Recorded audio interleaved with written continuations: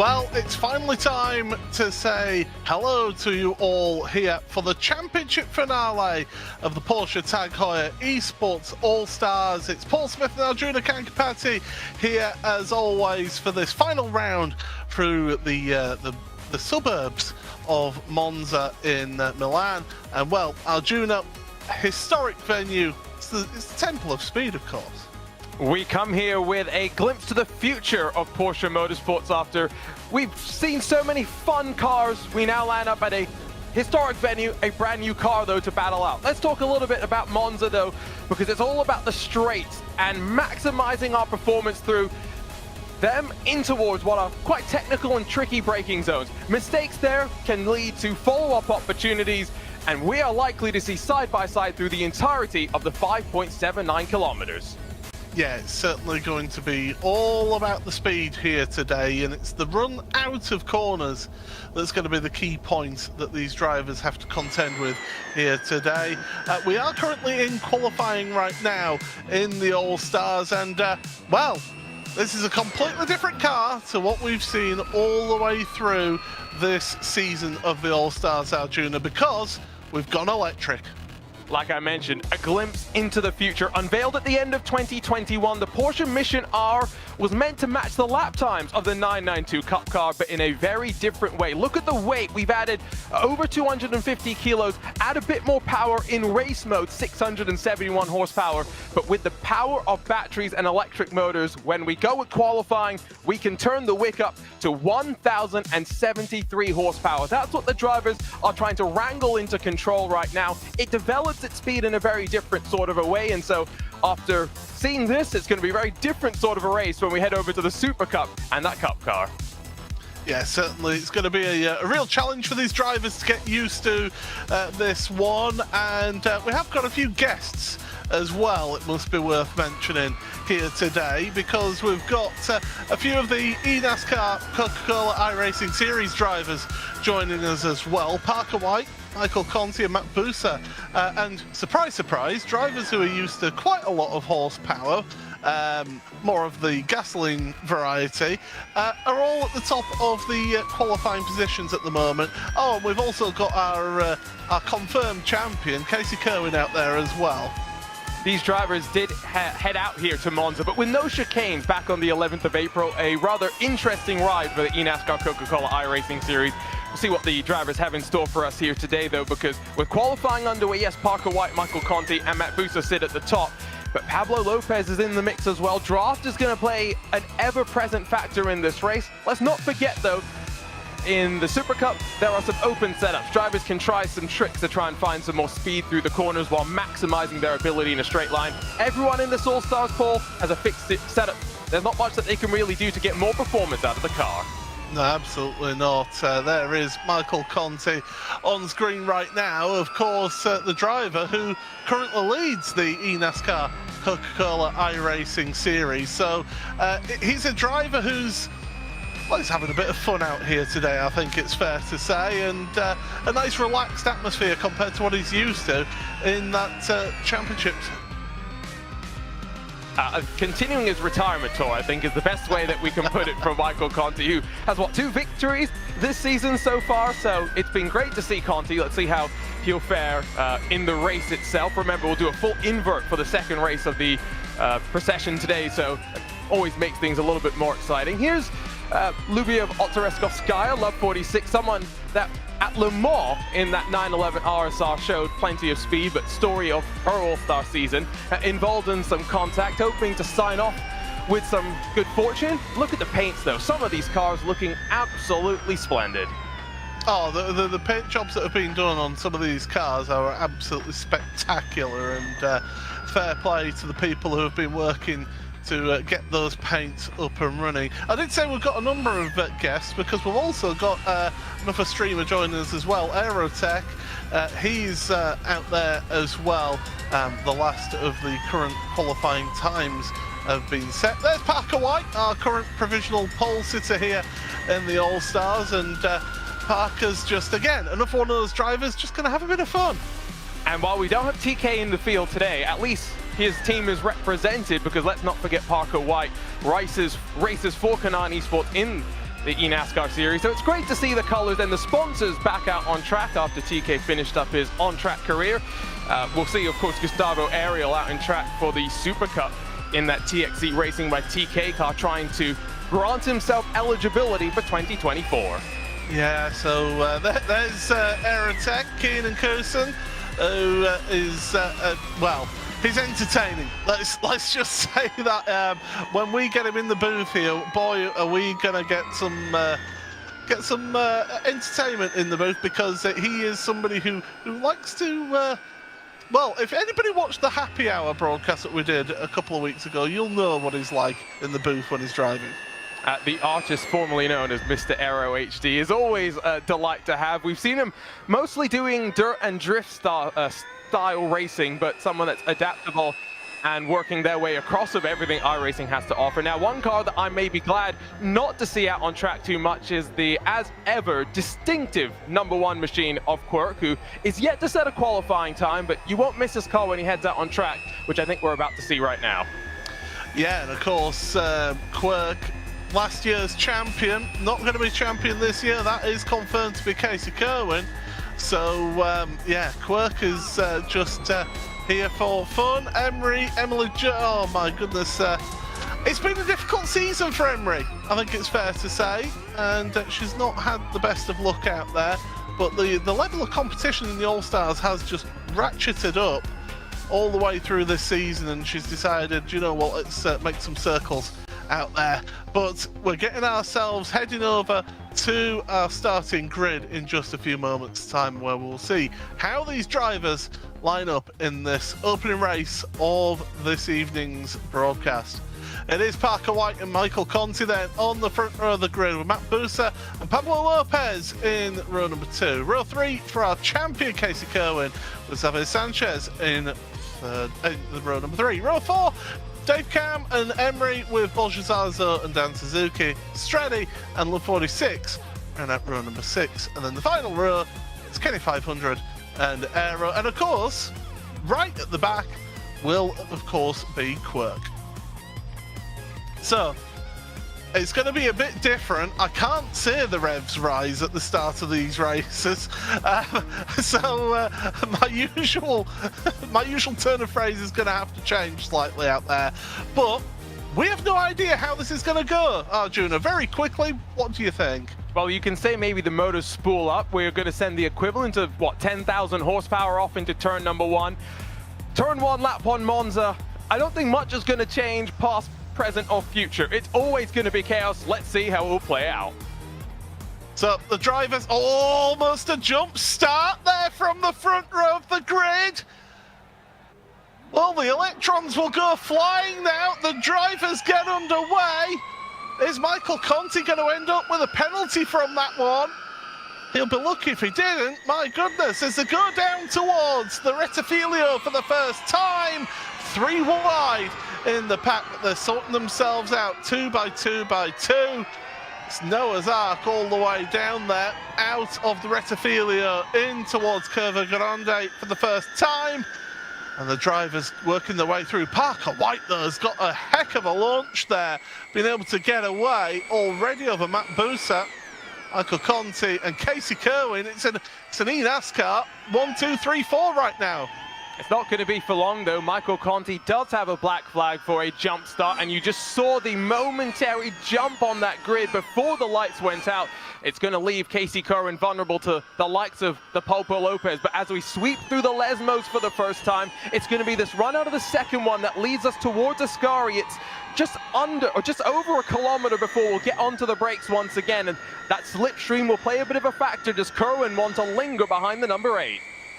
Well, if ever you've got people who know how to run in packs very close together, well, it's those drivers right at the front who know how to do it. So definitely a bit of experience there for those drivers. And they all know each other as well. They know how each other race. And, well, Arjuna, we've got our retirement tour veteran right here.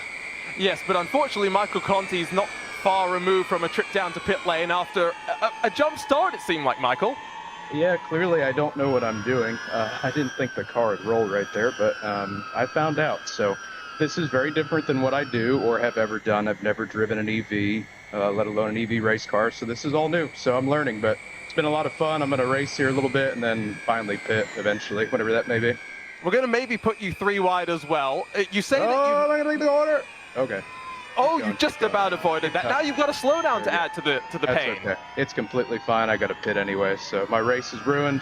We're going to play the invert here on the second one. I think that's how it works. I know that much. And we're going to learn from my mess of a start and do better in race 2. Well, that was more like the layout that you ran back with the NASCAR on 11th of April. We'll let you be for the time being. Best of luck with the full invert. Always great to have the eNASCAR drivers come and join us for a little bit of fun, though, Paul. Absolutely. Thank you very much, Sir Michael. And yeah, this is we can have a bit of fun with these guys because they are very used to talking and driving at the same time. Usually with the spotter, not usually with well, with us two up in the commentary booth. It also is slightly unfamiliar, I'm sure, to be doing standing starts for Michael Conti. Let's not forget eNASCAR rolling starts. And so as we check in with the fight for 5th position, I did get a little bit confused for a second because I thought that the gold machine must have been the Popo Lopez. But no, Casey Kerwin, rocking his championship status, does have gold colors on his XZ number 95. But behind Pablo, this is where we've got that fight for the top 5 in the championship poll, which, let's not forget, yes, Casey's confirmed himself as number 1. There's still 4 more Tag Heuer connected watches left to be determined. Yeah, and it's all on the line here. So these drivers, you know, it's not just pride, it's also prizes that's on the line here for a few of these All-Stars. But Dave Cam, he's up there in 6th place. Conti's headed down pit road right now. He's going to take his medicine, and Contact 3 go around together on the exit of the Curva Alboreto. Oh, Kenny 500, Love 46 and Aerotech all around there at the exit then. And yeah, I think that was a little bit ambitious to try and get the 3 of them through. A little bit of a squeeze on the exit of the Retifilia there. Dave Cam and Pablo Lopez currently together there. I think Pablo went just a little bit deep into that braking zone at turn number 1. And so as we're now joined by Aerotech, let's ask him, Keenan, what happened there into the Parabolica? You know, I'm not even sure. I just saw an opportunity to go 3 wide and get on the TV, so I took it. And then I let the 2 more professional drivers take the inside, and all of a sudden we were backwards. So I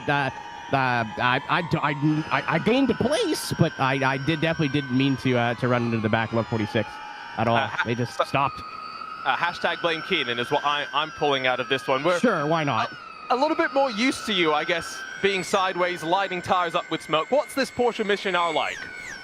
When it's on fresh tires, it's not so bad, but that's the big thing is the tires die in like 3 or 4 laps, and it depends on how you pushed. Either you're going to lose the fronts and have no turn and have to compensate with the rear, or you're going to lose the rears and just be sliding everywhere, which I fear is going to be my fate here in about a lap or 2. So, being aggressive while still trying to balance the tires is basically the big key. This thing's a whole lot of fun to drive too because of that. It really, like, as soon as it starts getting loose, it really, like, how brave do you feel into this braking zone? It's a ton of fun. Well, it seems like this might be a little bit of a future for Porsche Motorsport, but you join us for the very first time as a Porsche All-Star. You didn't deprive us of any entertainment, but with a full invert, you'll be starting at the front of our second race. What should we expect from you there? Probably fire, maybe a small explosion. I'm definitely terrified of braking early because I don't know what I'm doing compared to, you know, all the Coke pros in here, and getting run over. So we'll see. If I survive turn 1, we might be with another shot, but unlikely. And then everyone's got to worry about the fact that you may have cooked your tires, and then if the rears are the one that's struggling, you'll be right in your wheelhouse with drifting around, I'm sure. I will be, but I will be very wide, I hope. We're going to hope for a top 10 in that second race. Well, as we see side by side into that second chicane, still the Popo Lopez and Dave Cam going side by side. Thanks for joining us, Aero. We'll see you off in the second race. But Paul, look at the smorgasbord heading off into Lesmo too. Oh, and that's Emery going around through front of shot there. So into Lesmo, into the first of the Lesmos. Emery, that's the second time we've seen her around. Oh, into the wall there. That's going to definitely need a bit of a polish on that car. Definitely a lot going on to the forecourt, but back up in this race for position, And Dave Cam still staying there in 5th place, but the Popo Lopez is certainly try and break away from Dave at this point in time. And if Keenan thinks that the NASCAR drivers are good on the brakes, well, you just had to rewind the tape to a few laps ago with Michael Conti going straight on at turn 1. We are somewhat seeing an NASCAR masterclass at the front, though, because Parker White, Matt Bussa, and Casey Curran, yes, have lost Michael Conti, but have pulled, what, 5-6 seconds over that gap of gaggle of 4th on back that we were watching. And so now this is where those time management skills, we'll get to see how it's all going to work out. But let's also check back in with some of the action that we've already seen through the course of this race. Saw the brief puff of smoke as Emily Jones went around, not for the first time today, but this was sending the left tires onto the grass, balance pitched around, and from there, well, Emily Jones off into the gravel and then got the damage onto the car. Yeah, and it just takes that very slight little touch of the grass, and before you know it, you're facing the wrong way in the wall, and yeah, it's not ideal. It's suboptimal, is what we usually say on some of these shows. But right now, those guys at the front, they just running around together. Parker White at the back of them, so Casey Kerwin, Matt Bussa, and then Parker White at the front, should I say, on board with Casey, heading down towards the Ascara chicane. And this chicane is different to the others. It's all about carrying the speed through these corners, whereas the others, the Rettifilio and the Della Roggia, are very much a stop-and-go type of chicane, as a little bit wide, catching the dirt from Matt Bussa. Oh, very, very close there, and that's a talking point as well. You talk about where you carry the speed, but through Lesmo 1 and 2, for example, track limits are such an important point, how far out wide you can push. And even when you get to the slower speed corners, it's about how much you can cut to minimize the distance that you travel. So many different things to consider at a track that might seem as quote-unquote simple as Monza, with its flat nature and plenty of high-speed bursts. Look, on board with 2 eNASCAR drivers, Matt Bussa, a veteran, Parker White, a relative newcomer, but someone that not just competing with Heuer Esports, checking up, by the way, into that first chicane, got me a bit scared there for a moment, but Parker White, Paul, part of the Apex Racing Academy as well. Yes, he's got that little bit of help behind the scenes as well, hasn't he, from the roadside, definitely, as Parker. And that's certainly helping an event like this. Okay, they may not have the experience in the Mission R, but certainly being able to work together with that one. But Arjuna, we've got our top 2 right now, Parker White, Matt Bussa. Yeah, we've brought the eNASCAR drivers back to Monza, but this time put them in some electric cars. Start with you, Matt. How are you feeling in the middle of this sandwich, especially with our already crowned champion Casey behind you guys? Hey, we just got caught up to Parker here, working with Casey. That was pretty good. And I'm getting a little loose in the braking, so I'm curious if the tire wear is going to get much worse here in the last half of this race, but we'll see if we can get around Parker here. Parker, you've been working a little bit with those Apex Racing Academy guys, done some endurance racing with them. How are your tires feeling right now? Yeah, kind of the same as Matt. I'm kind of sliding around a bit, but it's mostly just because of how hard I'm using the brakes. I think if I use the brakes a bit less, I think I'd be better. But I'm just kind of sliding entry off the corner, but other than that, it feels good. Must be somewhat new for both Parker and Matt to be talking with commentators during the race. It's not new for Casey, though. Casey, how's it going back there in third? Oh, it's going swimmingly. I only tried to kill all of us twice into turn 1 already. Thankfully, I've actually started to make turn 1, so You got it, Casey. yeah, it's been good. So thankfully these things have a good amount of draft, and hopefully may as well go for it, huh? Shall we? There we go. Casey into turn number 1. Oh, Parker gives him a bit of a squeeze, and now Casey got to get the run out of turn 2 here. Yeah, we're gonna give it a shot. You know, if it was the layout we did back in the old eNASCAR race, we could just go straight through here and almost have a hellacious accident through the no chicane here. But yeah, it's the car's pretty tricky on the long run. Honestly, when I drove it when it first came out, it was kind of the same way. It's pretty fun. It's a little understeery, like short run with it being all-wheel drive, but once it loosens up, it actually kind of slides around a bit and gets pretty fun. So yeah, it'll be interesting in the last few laps, see how our tires hold on and how racy this gets. But It's been good so far. So far, don't forget that you guys will have to work your way through a full invert in that second race, and hopefully we'll get to disturb you again. Thank you guys for joining us. But Paul, while we've been talking to the guys at the front, that battle for fourth seems to be picking up in intensity. Yeah, the Pulpo Lopez and Dave Cam, they are still absolutely neck and neck, but right there on the tail of Dave Cam is Heike 360 as well. Dan Suzuki's just dropped back that little bit as they go into the Ascara chicane. Dave Cam feeling the need to go defensive into that left-hander at the start of the Ascara chicane. Out of there they go, down the back straightaway, heading towards the Curve Alboreto. It is the Parabolica, let's be honest. It's what we always know it as, but yeah, I like to try at least to get the official name in there. But through the right-hander, get on the power, plenty of power in these cars. And as Casey said there, four-wheel drive as well. It's not what these drivers are used to in this series, in this All-Stars. It's definitely the curveball, right? We've had very traditional racing machines, and now as Casey Kerwin makes a mistake at the front of the field, he'll get a slowdown. Opportunity for Dave Cam to finally get past the Pulpo Lopez if he can wrangle that car down to braking speed as they work off of that first chicane. It is still going to be side by side, but watch Casey at the top, potentially going to get swarmed. As they go through towards the second chicane, and I think Casey's actually served that slowdown penalty, you know. I think he's got away with that one, and he's still at the front. Maybe Parker White and Matt Booster thinking the long game here and saying, do you know what, we'll just hang back and let them go. Pulpo Lopez, though, you see on the bottom screen, really struggling out of the De La Rogia. That's just allowed Dave Cam to pull away slightly. And now Heike 360 is wanting to join the action, along with Dan Suzuki. Stradi and Bolgezazo not that far behind either.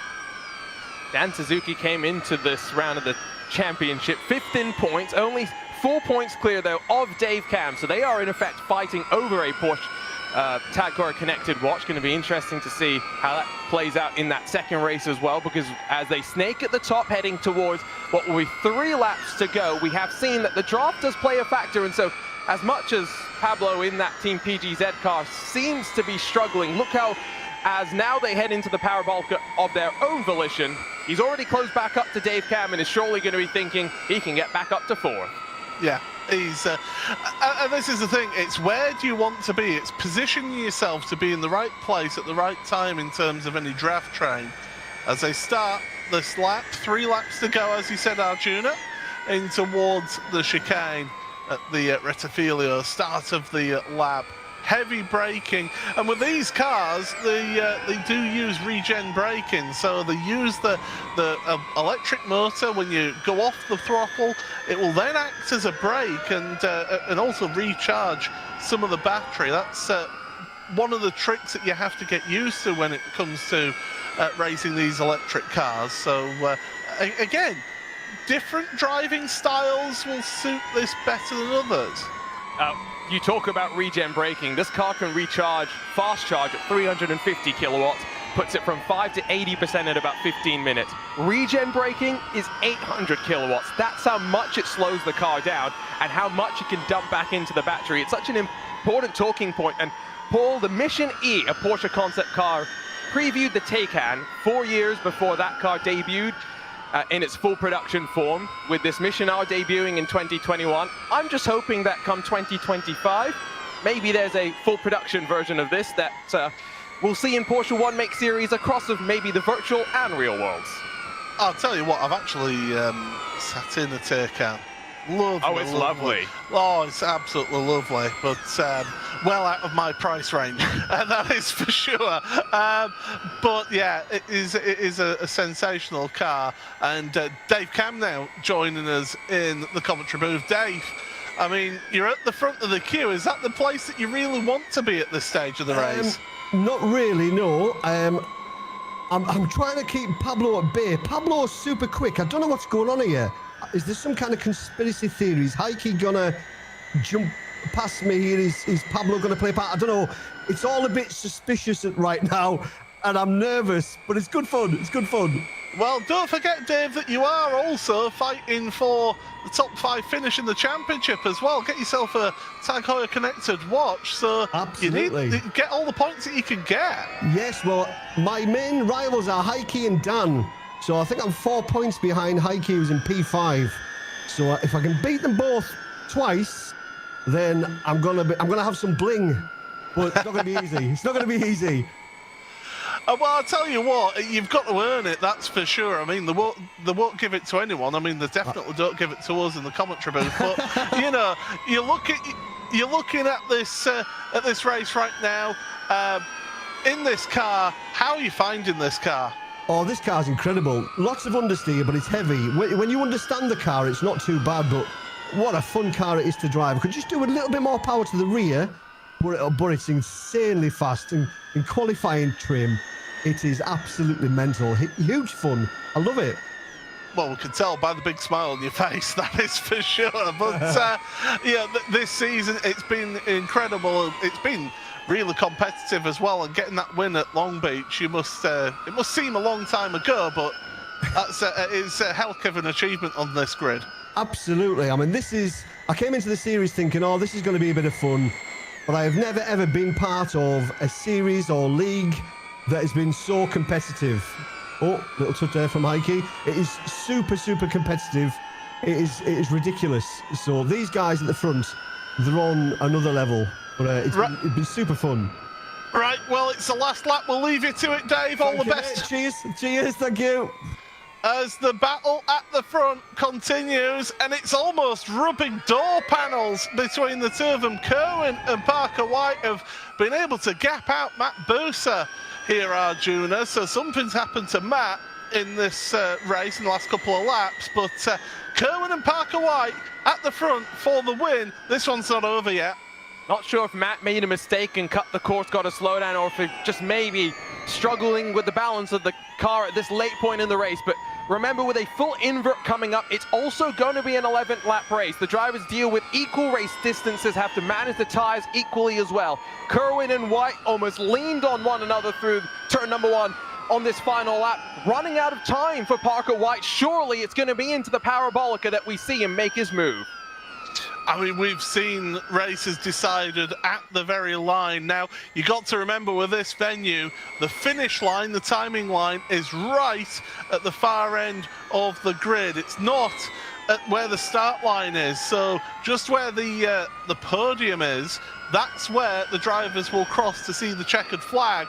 So if you're going to make a move, you've got to make it early out of that final corner at the Parabolica. Look at Kerwin. He's trying to break the draft, do everything that he can. He's got to be careful not to weave too much into the Parabolica for the final time. Get the run out of there, Parker. Oh, it's almost contact between the two of them. Parker White has to back off, and that means that Casey Kerwin, your champion this year in the All-Stars, he will take victory here. Parker White, though, and Matt Buser finish off the podium. What an impressive debut here in the Porsche All-Stars. As look further back, because coming across the line, Pulpo Lopez does keep 4th ahead of Dave Cam and Heike 360. Really fun way to kick off our championship showdown here at Monza. And as we wait for the final couple of cars to come to the line, Aerotech and Love 46 closely following one another for 12th and 13th position. Paul, tire wear seems to be such a major factor, as there's Love 46 down the inside. Not sure if Keenan's going to really be able to get the power down with what seems to be a damaged car at the front. But tire wear seems to be such an important factor. Now we'll throw in the chaos of a full invert. Oh, yes. Well, we'll love that one. Full invert across the line, the two of them together. And wow, it is so, so close between Love 46 and Aerotech. We'll take you through your results from that opening race of the day. Casey Kerwin then, who does win ahead of Parker White and Matt Buser to make it a eNASCAR Coca-Cola iRacing Series 1, 2, 3. The Pulpo Lopez and Dave Cam, 4th and 5th, absolutely together with Heike 360 there. Dan Suzuki ahead of Stradi with Borja Zaza and Quirk rounding out the top 10. Kenny 500 just then on their own. in 11th with Blood 46 and Aerotech. You saw them across the line. Michael Conti getting that drive-through penalty at the start of the race, and Emily Jones, Emery, with damage from that instant at the first Lesmo. So that is the end of that opening race of today here in the Porsche Tag Heuer Esports All-Stars. We've got another 11-lap race coming up for you in just a few moments' time. Paul Smith and Arjuna Kankapati here as always. And well, I mean, that opening race had some excitement in it, that's for sure, Arjuna. We saw that the slipstream is strong here. Yes, and let's talk with our race winner. Let's learn a little bit more about that slipstream. Casey, you've already crowned yourself a champion. Just showing off at this point, right? I guess so. No, it was it was a good race. I was like I said earlier, trying to run everyone over to turn one. It's a weird adjustment, you know, going from normally you have less grip when you get into the race trim of a car or a set, but with how much slower it is race trim compared to quali, you actually brake a lot deeper. So trying to find that limit again and getting used to the draft and stuff was definitely very interesting. But it was a fun race, and now it's going to be a wild one coming from the rear.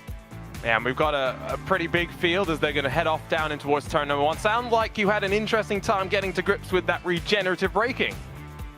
Yeah, it's definitely a little interesting. I feel like it's quite good, but if you barely overstep it, I feel like the limit is very smaller. It's a very fine line of if you barely overstep getting in deep, then you're gonna go pretty wide, or hopefully have a car in front of you to slow me down like I did with Booster that one time. So hopefully I don't go bowling into turn one here and we get through safely.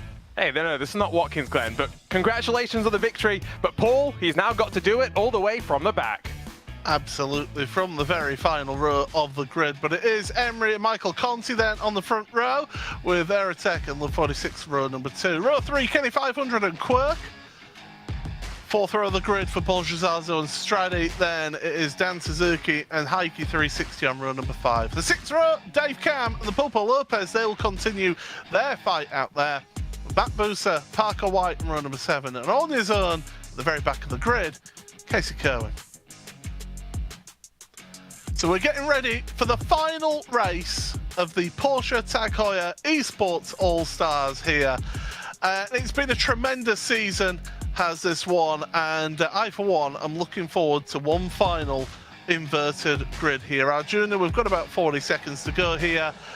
It's been fun this in season. All-Stars is always a lot of fun. Let's be honest, Paul. You've been an All-Star yourself. You know how much fun it is to just go out there and have a blast. And usually it sets the tone for the World Championship drivers to try and pick up, which it's always a lofty goal. I'm now very curious what it's going to be like for our eNASCAR drivers at the back. Although Michael Conti at the very front has got a ridiculous chance to break away at the front, you'd think.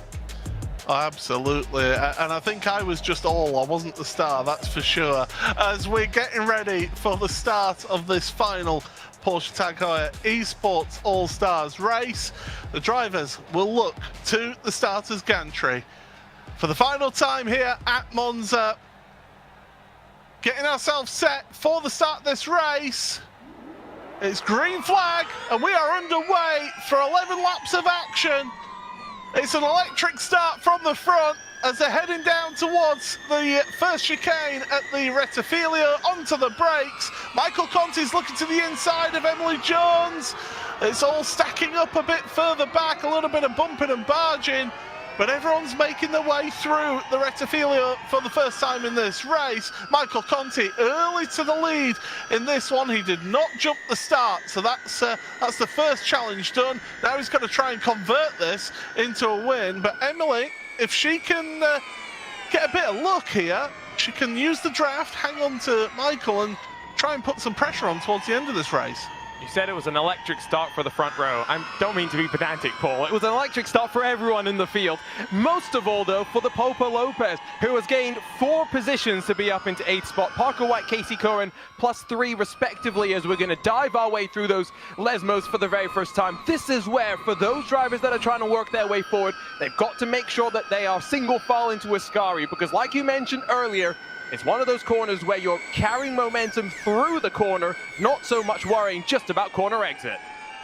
And this car right now will feel as good as it does all race. Opening lap, tyres are just coming in nicely to this one. It'll be giving the drivers plenty of confidence. But you don't want to abuse the tyres too much at this early stage as well, to try and to keep yourself going towards the end of the race. There's Casey trying to make the move on the cars in front. Through the go, Dan Suzuki trying to duke it out with them as well. Further down the order there, Michael Conti with a 0.2 of a second lead over Emily Jones, with Kenny 500 already 2.5 seconds back from your leaders. And the front two have made a real break for it. It shows the price of fighting through some of these slower corners. You see just how defensive they go further back through the field. Quirk holds on as Aero gets a shove from behind. And I think that was a car shortcutting the track. Was that Matt Busa? I think it was. Oh dear. Yeah, serve your penalty, take your medicine, and then get back up underway for Busa. Of course, we've actually commentated on Matt before in some of the dirt commentaries that we've done in the past, so he is a good competitor at the top of the iRacing esports side of things. There's that lead race at the moment, though. It's Michael Conti and Emily Jones, and you got to feel for Emily, because she's having to wake up so early in the morning to be able to compete in these races in the All-Stars. She is a former champion in the All-Stars as well, so she knows how to compete at this level. I talk about it so much with Jordan, right? How impressive it is for Jordan to be able to compete at the level that he does at the World Championship lead. Equally impressive for Emily Jones, who has to wake up earlier and has to be entertaining, while Jordan gets to just focus on driving. But right now, Emily, you've got to be a little bit focused on Michael Conti in front of you. How are you doing this morning? I'm very tired, but I'm doing okay. Hanging in there, yep. Well, Michael, no jump start this time by, so that's box one checked. How were the tires feeling, though, before you pulled down to pit lane at the end of race one?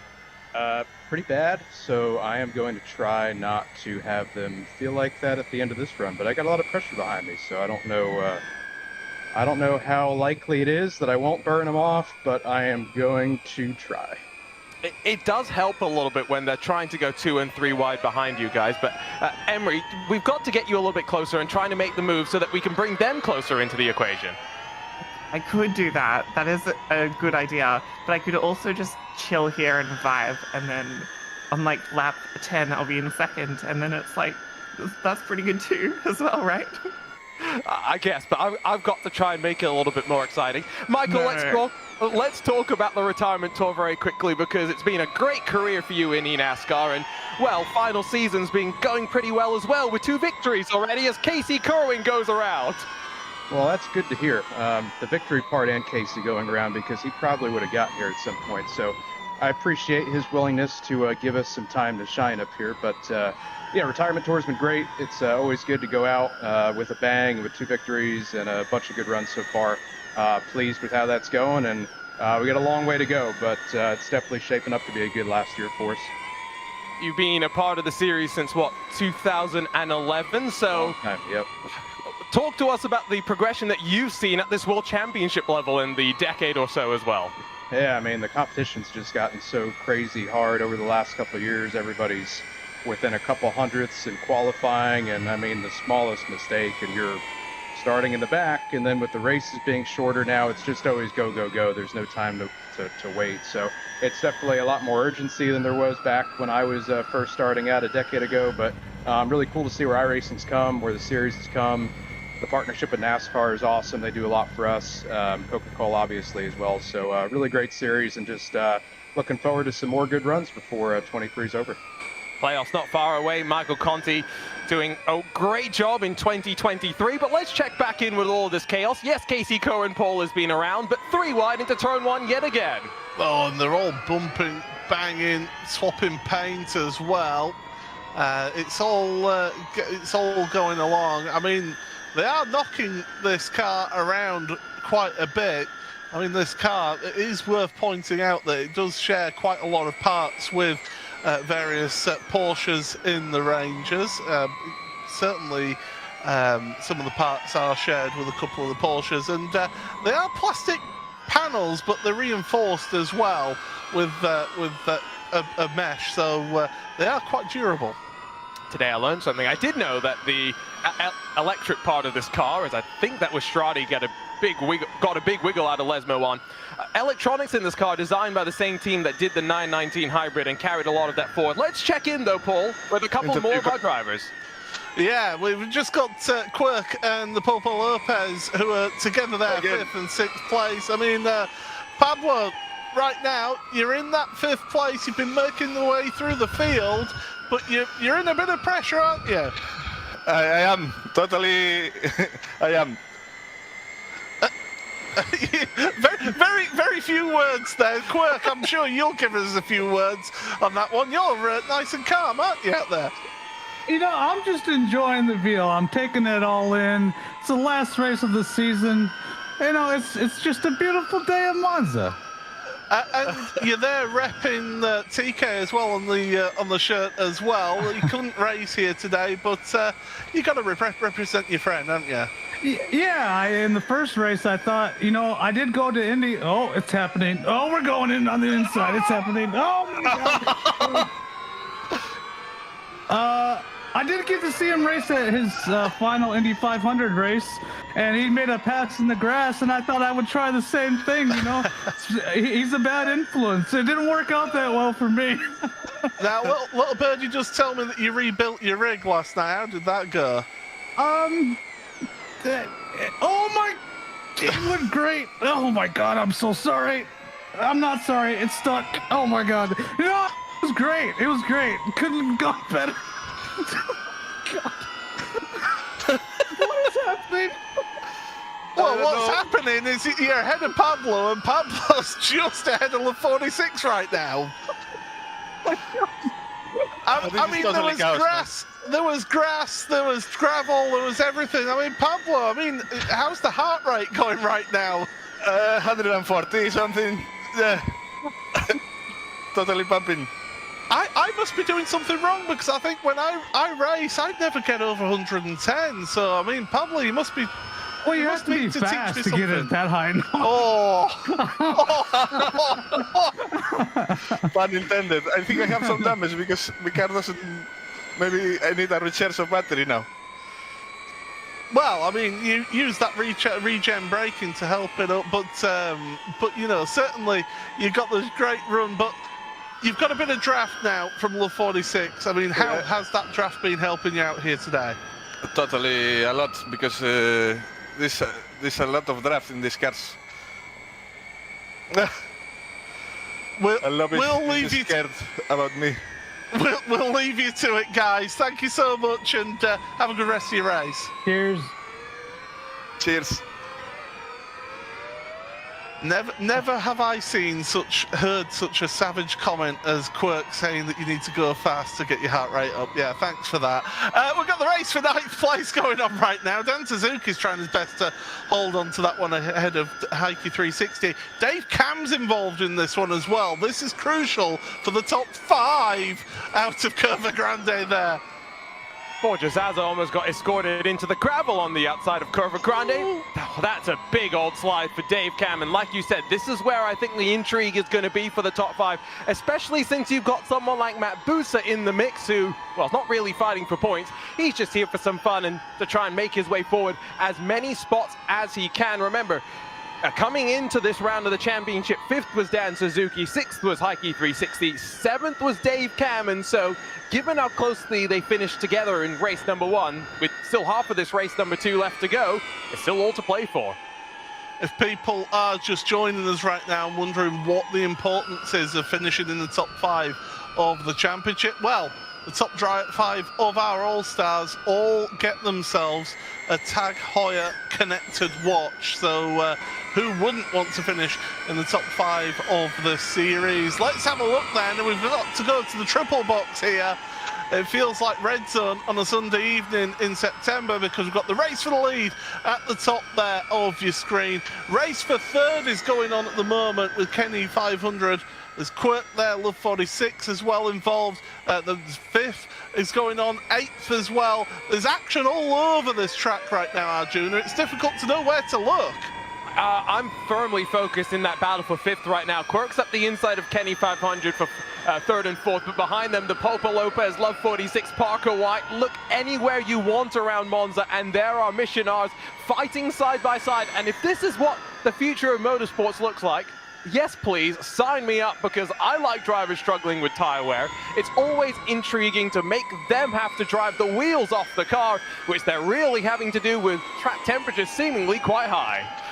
And they've been going up all the way through these two races as well, so it's the hottest it's been all race. I mean, look at that race for third place. They're absolutely just 2 by 2 all the way through. Sensational stuff. Oh, a little bit of a hip check there from Quirk. He wasn't going to give an inch there on the exit of the first Lesmo. Oh, and where do you look then? Because Pablo Lopez is trying to give a little bit of bump drafting now to Quirk down towards the Ascara chicane. And this, well, my spidey senses are going off right now. This has the makings of a huge accident. I'm very intrigued about Paul Smith's origin story in the Spider-Verse, but it doesn't, I don't think, take much to recognize that. Off went Parker White, but somehow we survived that for the time being. We'll head towards the Parabolica, almost 3 wide once again, though, with cars just looking for a way to go. Going to be inside for Pablo Lopez as he tries to get to the inside of Quirk, but it's Quirk that will lead them in this train for third that now builds all the way to 13th spot. You know what, I haven't seen this amount of traffic since a bank holiday Monday on the M25 coming back from Dover, but heading towards the start and finish straight and across the line they go, and it is still just a case of everybody for third place. Nobody wants to get that place, or Kenny 500. Wow, talk about getting on the brakes there. It was all the power of that regen braking then. As Dave Cam as well, he's struggling, he's dropping back a little bit from Heike 360 and Dan Suzuki. I think he went sideways on the exit of turn number 1, and so that's why he's actually dropped back a little bit to that 12th position, and advantage in that fight for 5th in the championship now probably swings the way of Heike 360. There is way too much math going on, and what do I always say? You should never trust a commentator's math, especially when it's Arjuna sat in the booth. So I have no idea where 5th is lying, but there is a Tagcore connected watch going somewhere around the world right now. Well, what we can see is at the front, Michael Conti and Emily Jones, they have got an 11-second lead over Quirk in third place. Quirk's got nearly a second lead over Pablo Lopez now, so those two have stretched the legs after working their way forward. Quirk up 3 places, Pablo Lopez up 8 places in this race right now. Kenny 500 where he started, Love 46 down 2. Parker White up 7 places as well. This has certainly been exciting, and Love 46 duking it out once again down the back straight, heading towards the Parabolica. And at the moment, Parker White just having to stay behind Love 46 into the corner, trying to get the run out. Emily, she's just sat patiently. She said this, didn't she? She'd just be happy to sit in second place. I do think there is an element of there's damage coming into play here, because the Popa Lopez told us that he felt like his car was a bit of a parachute. And if you look at it, the front end looks quite dinged in, and we've seen a couple of those accordion effects play out over the course of the race, especially in that second grouping of cars. And so I do wonder if there's anyone at a disadvantage. Emily said she was willing to wait until, what was it, lap 10 in the race? I don't necessarily think that until that final lap, until we see the white flag, that she is going to look for the move. But right now, what is she doing? Figuring out where Michael Conti is struggling with tires so that she can try and pounce come to that final lap. I think going on to the start of the last lap, you want to be in second place around here. You do not want to be leading this one as they go through the second Lesmo, plunge downhill underneath the old banking here. Of course, historic Grand Prix venue, used to have the oval layout as part of it. into the Ascara chicane. You can see how Michael Conti's now having to compromise his line into the Ascara chicane, really back up that car. And Emily, she just wants to sit behind. She's happy to let off the gas, but maybe just showing her hand right now. Maybe just trying to compromise Michael a little bit and just see where he's struggling. Not outside of the parabolic, it's not a passing place, but you can set up a run if you get onto the power nice and early, switch back and then tuck into the draft, check back in with that grouping behind. Pablo is caught up with Quirk for third. You got Parker White having to fight with Kenny 500 through that final corner. Has very much broken up though compared to the swarm of Missionars that we saw a handful of laps ago. You can barely see the leaders in the same shot as that race for 5th place, as Emily not going ahead. Was that her just practicing for the end of this lap across the line there? That is what we'll have to wait and see, as still Kenny 500 trying his best to hold on to 5th place in this race ahead of Parker White. Love 46 still 7th. Heike 316 that 8th ahead of Dan Suzuki. Intriguing to see where they all pan out for that top 5, Arjuna. Emily's doing what I call downloading data and running it through her algorithms, right? She's, like you said, practicing for the next lap, but again, seeing where Michael places his car. Not so for the likes of Parker White and Kenny 500. They're just looking for track position. What a wonderful pass that was. The All-Stars always put on a show. I'm getting word in my ear as well. There may be some eNASCAR rivalries brewing here, because Casey Kerwin and Matt Busa may have tangled with one another. Well, that was simply a magnificent move around the outside into the Della Roggia there from Parker White. And these eNASCAR drivers showing themselves to be a dab hand around here, that is for sure. But Casey Kerwin and Matt Busa coming together, well, they'll have to sort themselves out down in pit road, I suppose, really, and to sort that one out. But we're going to be starting the final lap of the race. The race for the lead now will really heat up at the front, because Conti leads at the start of the last lap. That is where the finish line is there. So you've got to get any moves done before that line the next time by. The race for 7th still ongoing for Love 46, but Emily stalking a prey, not able to make any moves. Conti goes deep into the Rettifilio. Emily Jones trying to go around the outside. It's not happening this time, Arjuna. What Casey did so well at the end of the first race was block the pass through the final corner by parking it on corner entry. We'll have to see if that's going to happen this time by, because Emily Jones, I think, is running out of opportunities. Bit of a stack up in that fight for 7th. Love 46 sees Dan Suzuki shoved down to 10th, crucial in that fight for 5th in the championship. Oh, that was a big mistake going into the Della Roggia for Emily, just sliding the car through there. It loses a couple of tenths of second. She's still in the draft right now, but how much extra tyre temperature has that put into her tyres? How bad will that car feel? She's dropped back to nearly 7/10 of a second back.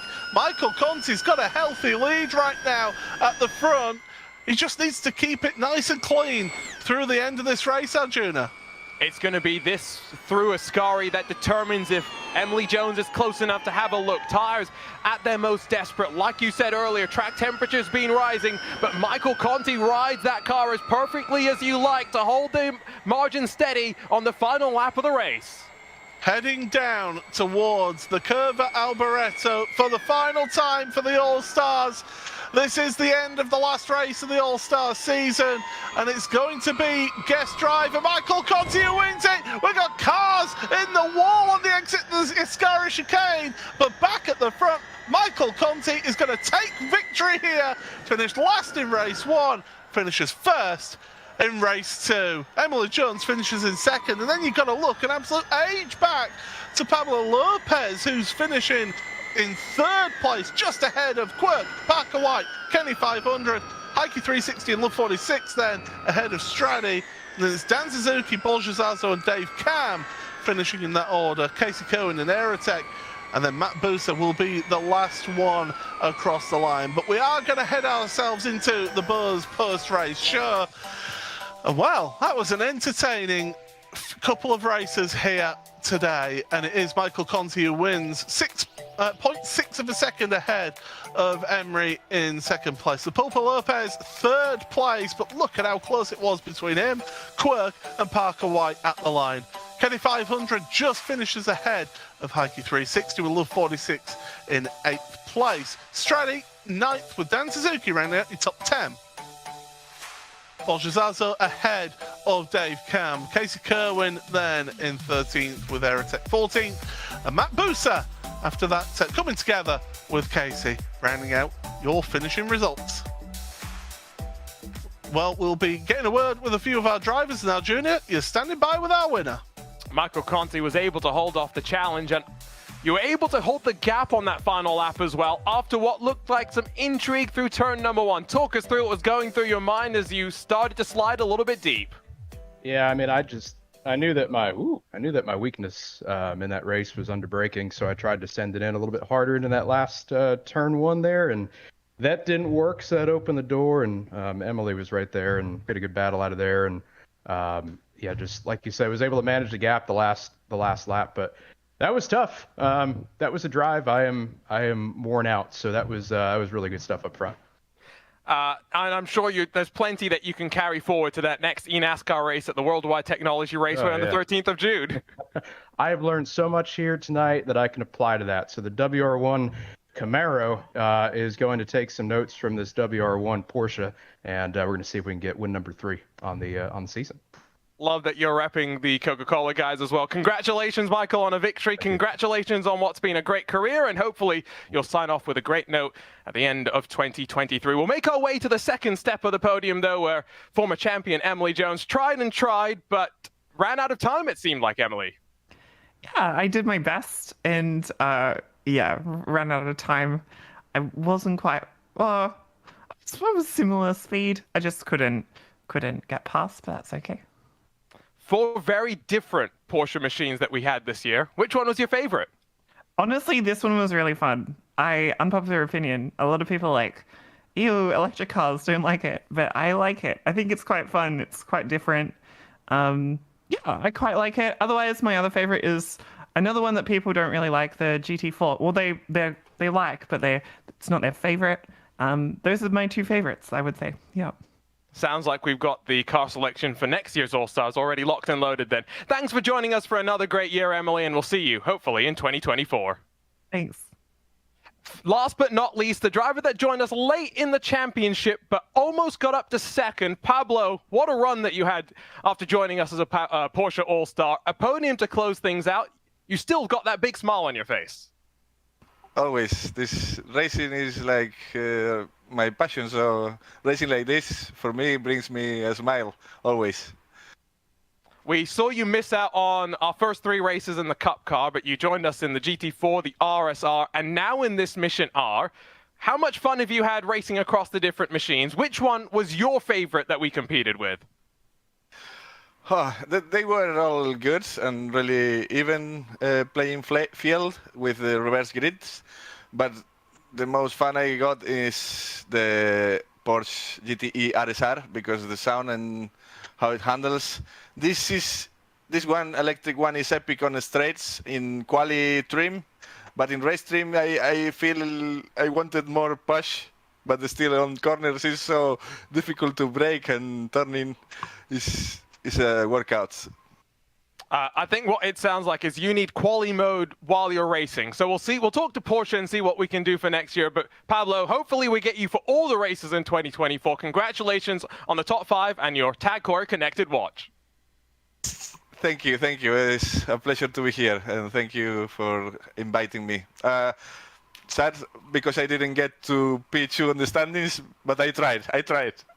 He tried, and we'll talk very quickly with our champion. We talked with him enough, though, to be honest, Casey. I mean, dominant season for you. How do you reflect on 10 very fun All-Star rounds?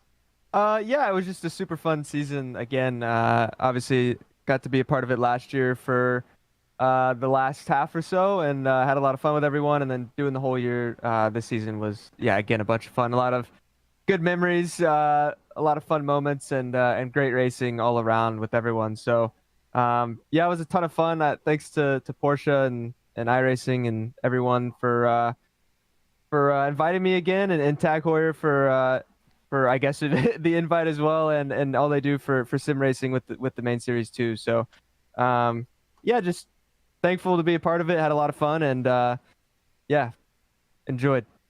What a season it's been with the All-Stars, Paul, but now it's time to crown our champion in the Porsche Esports Supercup. Yeah, as we close out this Buzz post-race show, let's take a look back to what happened last time at the Circuit de la Sarthe. Germany to France, and we land at the Circuit de la Sarthe. Opened back in 1909, and it's been the test for endurance racing machine. And we have green flag racing here at Le Mans. Sanchez on the outside, might get a push from Joe, who elects to take it 3 wide. And that's Charlie Collins just getting a little bit loose, did Collins on the inside there. Pinto trying to get to the head of the field with Sebastian Job alongside him. Side by side through the Porsche curves. You normally can't do this, but great respectful driving between the two of them. He takes the race win here in the sprint race of the Porsche Heuer Esports Supercup. We are green flag racing here at Le Mans for one, and we've got carnage, and it's Bryn Collins has been turned, and this With the top though, we look on board with Charlie Collins. Job's running wide there. He's made a mistake as Job. He's dropping back here. Oh, that was a big contact between Half and Collins. Half to the outside, headed in towards Indianapolis. We're 3 wide. Carusso's dropping down. Carusso's dropping down the order on the timing screen. What on earth has happened to our championship leader? And he's out. The Frenchman, it's his first ever win here in the Porsche Heuer Esports Supercup.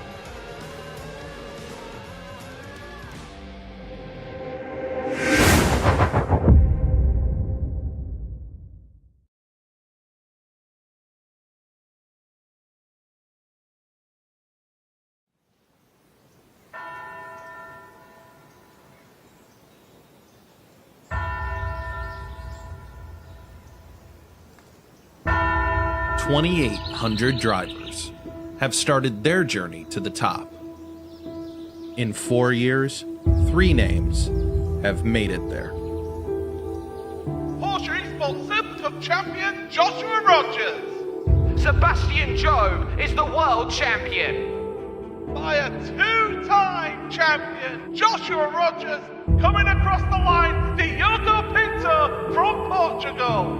This year, one name was almost certain to join them. I mean, that's all the series is about, really. Like, you need to qualify well, you need to be in those positions and capitalize, take risks sort of when you need to. First of our Tag Heuer Pole Award winners. For his second pole position here, and your sprint race winner here, Jordan Caruso, a huge sigh of relief for him. He's the winner. We know just how tumultuous a season it has been for everyone barring Jordan Caruso, who seems to be impervious. Until it all went wrong. Caruso's dropping down! Caruso's dropping down the order on the timing screen! What on earth has happened to our championship leader? And he's out! He is out of this race! Now, 3 drivers have a chance to steal the spotlight. Really thankful for the team, for the support, and to Star Force. Machine for the ride, you know? Whatever happens now happens. I think I was pretty fortunate today, to be honest. It's just a big relief more than anything. I have some massive work to do. Your guess is as good as mine. I'm just going to try and survive. And if we can do anything, I think it'll be super tough. So we'll find out. This is virtual racing with real stakes. This is fine lines, milliseconds, and $200,000. This is insane. But that's what keeps us coming back for more. This is the Porsche Tag Heuer Esports Supercup by iRacing. And the finale starts now.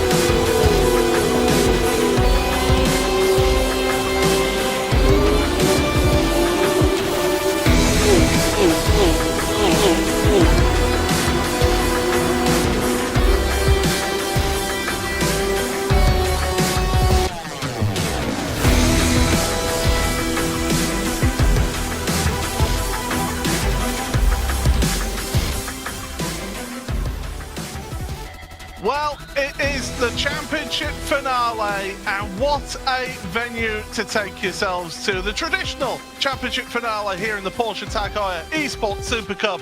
It is Monza in Italy, and what a decider it is going to be. Paul Smith and Arjuna Kankipati here in commentary, and we are straight away into qualifying here, Arjuna. Qualifying Group A is out there. It's the same as we've been having all the way through the season. Those from 30th to 6th, they go out first in the championship, and then Group B go out one at a time. Right now, we don't have to worry really about the championship battle. Those drivers go out one by one at the very end of qualifying. What can we talk about maybe a little bit right now? Drivers that are trying to at least somewhat secure eligibility for 2024 and for the return of the Porsche Heuer Esports Supercup. Let's not forget, Paul, how much of a slog the road to the World Championship is, and the drivers that are on the bubble will want to try and avoid that. Yeah, you can see the top four then. They're the ones that are championship contenders. They'll be highlighted in green. Those purple highlighted drivers, Collins, Pinto, Beaker and Half, they are eligible for 2024. Everybody else here on this page of the points, it's still open to whether they get into next year. But look at that, there are 4 drivers who do not qualify for next season. And I think the important thing to note is with those 4 drivers missing out, what part do they play in the championship? A couple of them I know for a fact are going to be missing in action. A couple of the drivers inside of the top 15 missing in action today. It gives opportunity for some of these drivers in qualifying to set the benchmark right now for what is going to be one of the most hectic championship finales that we've had, not just at the top, but for those top 15 drivers as well. Well, the drivers are now starting to set themselves their lap times in Group A, Group B will be coming out very shortly, but right now, you've got Bobby Zelensky trying everything that he can to get any sort of advantage on his tyre warm-up at the start of his lap. Some of these rookies that we've seen this season, they've had real sort of hot and cold moments. We've seen some spectacular drives, but then the rest of the season has been a bit of a slog for them. Someone like Oskari Rinne, he is one that has really shone. He really shone at the Nürburgring. The rest of the season, it's all been there or thereabout, just going in and out of the points as you see those green highlights in our timing tower for our championship contenders. Scari had that second at Spa as well, which leaves him on the right side of the cut line right now, but you're right. It's been a difficult season, and we've talked about second season syndrome as well for some of the rookies. This reality that first season's a struggle, even if you've succeeded on the road to the World Championship in the Contender Series. This is a different ball game. It's a different level of performance that you're expected to be at every single week. Alessandro Bico, an example that after being involved in some of the rough and tumble in the mid-pack in 2022 has really showcased his speed here in 2023, really up towards the front. Yeah, absolutely, giving himself a couple of wins here in this championship. Well, as we are going through across the line, the first times will be coming in round about now. And it is Thomas Tetela who will be the first one to set a time. Kevin Nielsen as well with a time. Oskari Rinne at the top of your standings right now. Change that because Marino Sarica, now Alessandro Bico, his teammate, go up there. Johan Half, second place, his first ever win last time out at the Circuit de la Sarthe.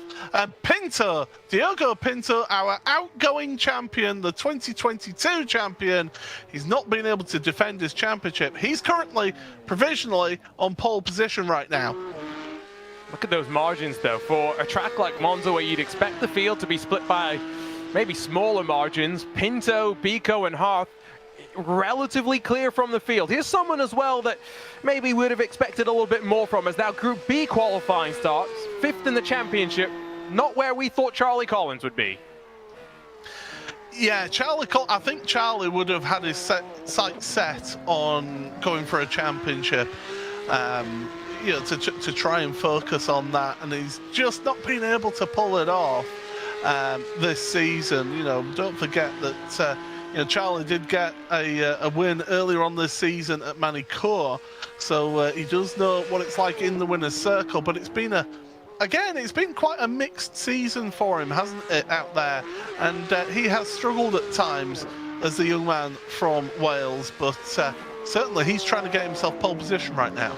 Slightly different look for RS Coanda squad at the end of the day compared to when the Super Cup first started, given that so many of those drivers now compete under the Porsche Coanda banner. And so Dane Warren, the most recent of the Exodus, but you know, Mitchell de Jong, Josh Rogers, those are experienced drivers. Now we've got Zach Campbell as well as Charlie Collins, effectively the leaders in this effort in the Super Cup. But while we watch them in qualifying, I think we are, Paul, about to be joined by Diogo Pinto, who has provisional pole position, at least for the time being. Diogo, chatting with us right now in that Team Redline #1 machine. Final round of the season. How much more time was there in qualifying? How confident do you feel about staying at #1? To be honest, I don't feel too confident. The lap wasn't great. I think maybe some drivers might be able to do a mid-7, which could be quite doable. But yeah, I mean, pretty much it was a clean lap. Small mistake in the first chicane, but otherwise it's quite alright. I was aiming for a mid-high 0.8, a safe lap, and that's what I got. We'll see Charlie Collins cross the line and slot himself only up into 8th, so you are good for the time being. We check in with Alejandro Sanchez. Reminder, green banner means someone still in play for the championship. Diogo, unfortunately, no green banner on your car as the defending champion. Go through the season in your perspective, still with one race to go. Not being the easiest one by any means. Yeah, I would say some lucky moments I had last season, I got the other way around this year. I got taken out twice in a very good position, both in Long Beach and Watkins Glen, and had an hardware failure at Spa, and then also in that Spa race I did not a great performance, so I picked up some penalty points there, and well, pretty much those 3 instances where I lost the fight for the championship. But yeah, I mean, I'll say on a personal level, when I was there, I drove better than last year. It's just some moments where I got crashed out, and unfortunately the hardware failure at Spa cost me over 100 points, and that's the gap I have to P1. Alejandro Sanchez is just going to come across the line here to see what he can set lap time wise. Can he topple Pinto off of the top of the standings? The answer is no. 10th place for Sanchez right there. I mean, Diogo, is there a change in the conditions for the drivers out there that are coming in the second group? Is it more difficult coming in that Group B? I would say since I've dropped back to the second group, I've been stronger in qualifying. I got pole last round at Le Mans, and looks like I'm on the way to a good position here. It's just maybe when you don't have any references from the other drivers, you just do your own thing, and it's better for you. Obviously, the conditions change a little bit. I think it's half a degree up already, but I mean that's maybe not even half a tenth or quarter of a tenth, so it shouldn't be that way where you lose time. Well, we're just going to see Sebastian Job now coming across the line. Can he set a pole position? He's 3rd place in the championship coming into this round. And what is his lap time? It's 12th place for Sebastian. It's really close at these times, Arjuna. The important thing here as well is the fact that these are not points that are getting factored into the championship. Let's remind everyone, 10 points goes to pole position, 8 for second, 6 points for third, fourth for 4 points, fourth gets 4 points, fifth gets 2 points. These are all points that are now deprived from Sanchez, which means that he is 2 points away from Caruso knocking Sanchez out in the championship mix. Yeah, that's important to keep an eye on. We'll keep Diogo here just for the time being. Thank you for staying with us, as Zach Campbell now is going to be the next one to come through Curva Alboreto and get to that finish line. What is his time going to be? Across the line he goes, and he will set himself no time. He invalidated his lap time. That is huge. He's 24th, and Zach Campbell is the closest one to this man on screen right now. I'm pretty sure that was a off track through the parabolic. Diogo, thanks for joining us. We'll let you go and focus on the race that's coming up ahead. But you could see, Paul, the disappointment on Zach Campbell's face as he worked out of that final corner. It was also confusion. It was like, I thought I did everything right. What happened there? How did I go off the track? Well, he is one of 5 drivers who have not set a lap time here today. So Jordan Caruso, I'll tell you what, if he gets pole position, not only will he get himself 10 points to his championship total, he'll also get himself a Tag Heuer connected watch and knock out one of his championship rivals all in one go. That's not a bad start to your day if you're Jordan Caruso. 5th is enough for Sanchez to be knocked out of the championship mix here. As we go across the line then, what is Caruso's time going to be? Get to that timing line of 47.977. That puts him in 4th place. So Sanchez is out of the championship race here. Caruso is 4th in qualifying, but he is the best of those championship competitors out there in this one. Not only that, Alejandro Sanchez, though, with Caruso not getting pole position there, does get himself a Tag Heuer connected watch, getting the Tag Heuer pole position award. It's back-to-back pole positions for Diogo Pinto, yes, but like you said, Alejandro Sanchez has been the most consistent man in terms of being at the top of the qualifying standings, and so yes, Alejandro Sanchez out of championship contention will walk away as the winner of the Tag Heuer qualifying award. As confirmation of Diogo Pinto, our pole award for today. We'll get those numbers of pole positions up on screen as well, but I'm starting to feel the tension in the air, and I could only imagine what for the drivers it's feeling like right now. Sanchez knows that he can just go and push now in this final race. A very different case for the likes of Caruso, Campbell, and Joe. There you see it. Sanchez then with the most pole positions this season. Caruso and Pinto sharing 2 pole positions each, with Campbell, Job and Biko all with 1 pole position each. And Arjuna, you've got our pole position award winner. Alejandro Sanchez with 3 pole positions this season walks away with the Porsche Tag Heuer connected watch. Alejandro, pressure's always hard in qualifying with the 1 lap to get the performance done. Talk us through what has been able to get you able to do that. This particular one, the track temp kept going up, so I was like already at a bit of a disadvantage. I made a bit of a mistake in my lap, but overall during the season, very happy with my qualifying performance and happy to get such a prize. Even if I can win the championship, at least I walk away with a watch, so happy with that. Anything that happens now is an extra. You brought up the disappointment, you still got a smile on your face. Best of luck for this final round of the championship, Paul, as qualifying's in the book. We've now just got racing left to go. We have indeed, so let's take you through your starting grid then. It is the Portuguese driver of Diogo Pinto sharing the front row with Alessandro Biko on home turf in Italy. Johan Harth and Jordan Caruso, championship leader, on row number 2. Salva Talens and Moreno Sarica, row number 3. 4th row of the grid for Oscar Mangan and Lasse back with Charlie Collins and Oscar Rinne. Then Alejandro Sanchez and Quentin Violate, row number 6. 7th row for Sebastian Job, alongside him Gustavo Ariel, Julian Sonin and Kevin Nielsen on row number 8 with Bobby Zelensky and Cooper Webster on row number 9. 10th row of the grid is Jamie Fluke and Matthias Stuckbeck, and then those drivers who did not score a time in qualifying: Luca Kita, Thomas Tetteler, Sam Keuter, Zach Campbell and Bryn Collins, all starting from the back of the grid.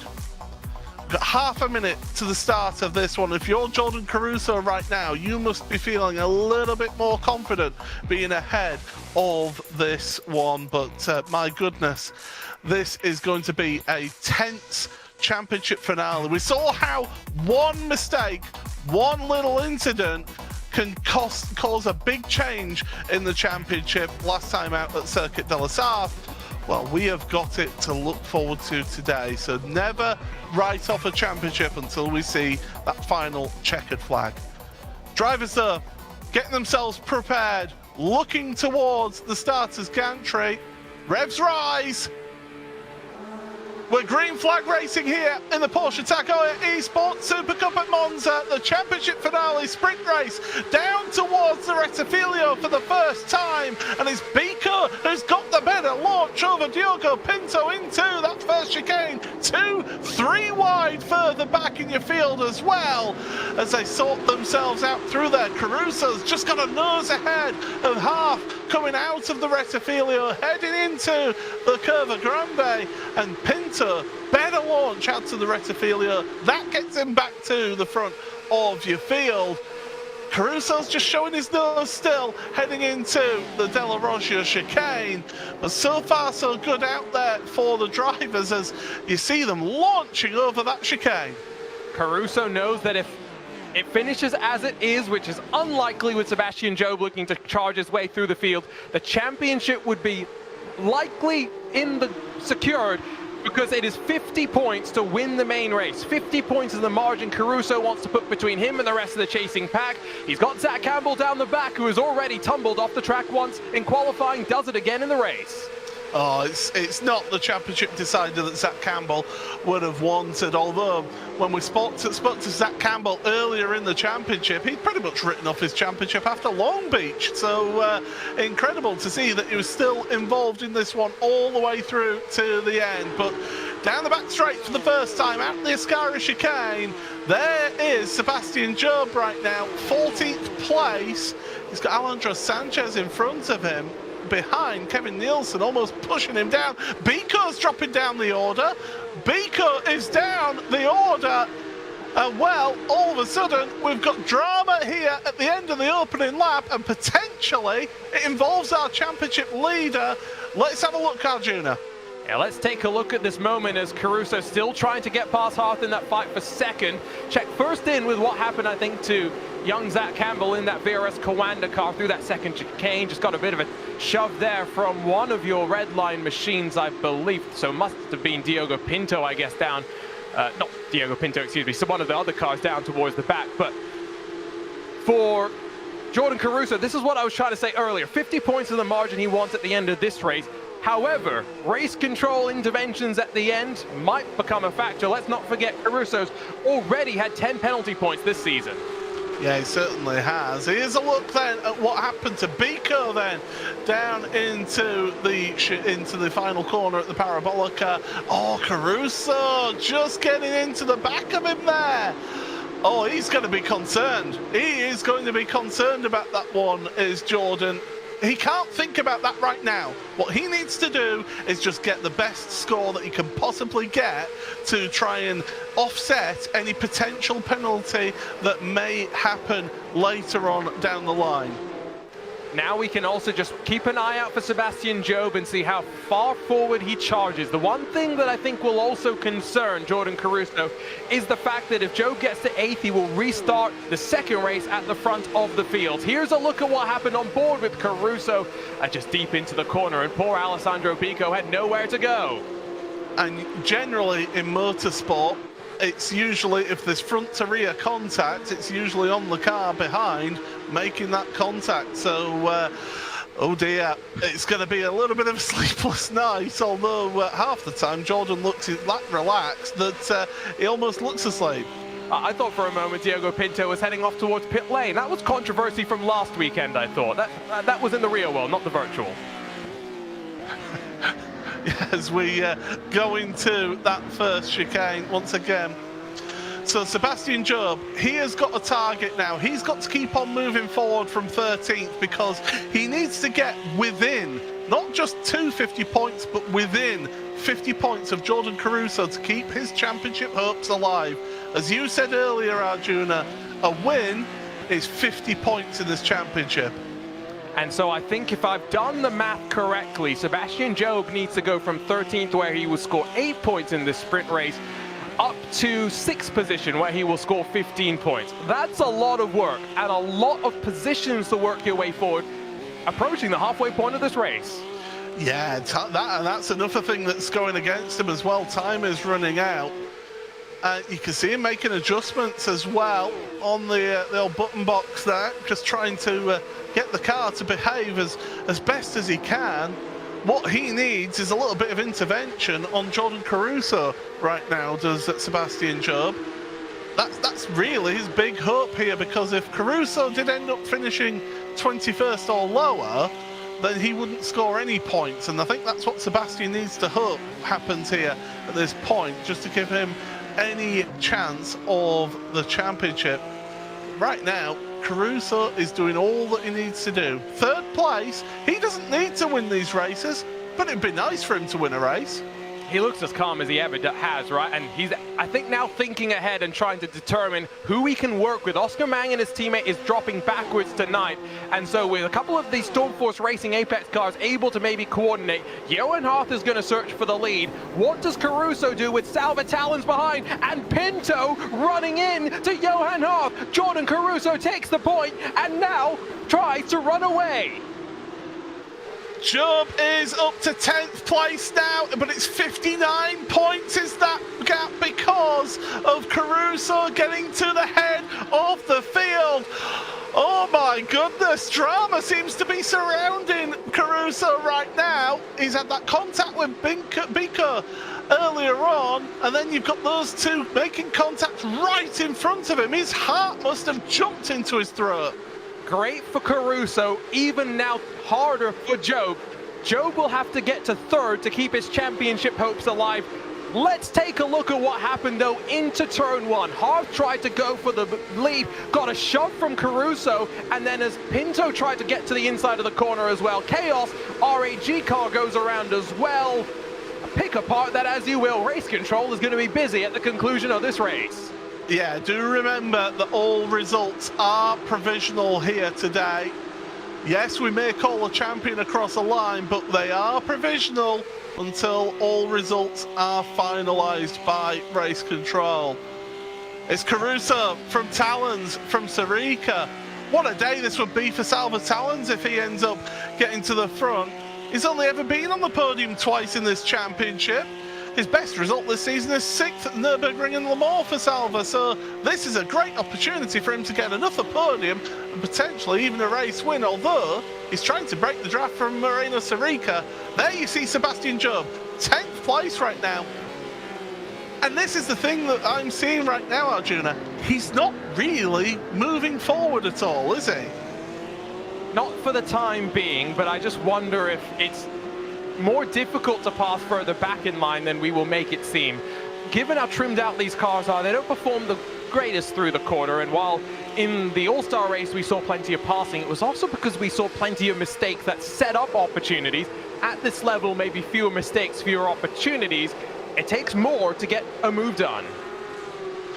Yeah, with how close these drivers are in terms of ability, in terms of lap time, half the time you have to force a mistake out of your rival to try and get anywhere. Well, Salva Talons is under pressure right now from Charlie Collins behind him. Jordan Caruso's pulled out a 1 second lead right now.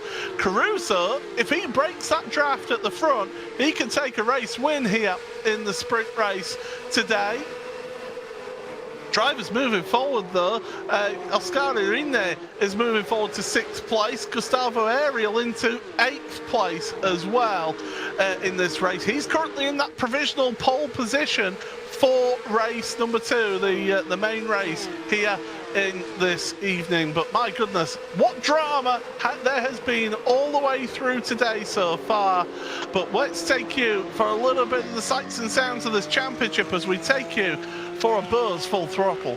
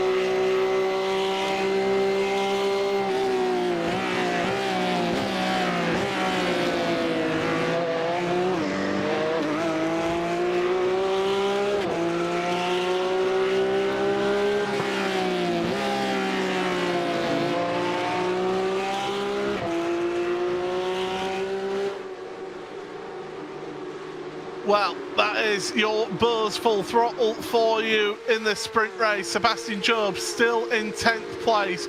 He needs, as Arjuna pointed out, he needs 3rd place in this race if Jordan Caruso is going to win. Caruso is still about a second ahead of Salva Talons. we're on the penultimate lap right now, Arjuna. Time is running out for Sebastian Job. Time is winding down, but in the chaos grenade that was thrown out at Monza today, there's so much in the air in the championship that this top 8 invert's not going to keep Job out of touch if he's able to keep himself into 8th position, provisionally, of course, deciding on what the stewards will end up saying. Caruso can only do one thing, regardless of what's happened in this race, and that's get as many points on the board as he can, and he's going to be aided by the fact that on this final lap of the race, Charlie Collins is trying to fight for second and slowing down Salva Talons. Yeah, 2 wide down towards the Rettifilio for the final time here in the sprint race. Round the outside, gives you the inside for the second part, chops the nose off of Salva Talons. That allows Caruso to pull away that bit more. Collins trying to break the draft of Salva Talons. This is for a podium position here. Talons, as I said, he's on for his best result of the season here. If he finishes in the top 5, is in for his best position in this season.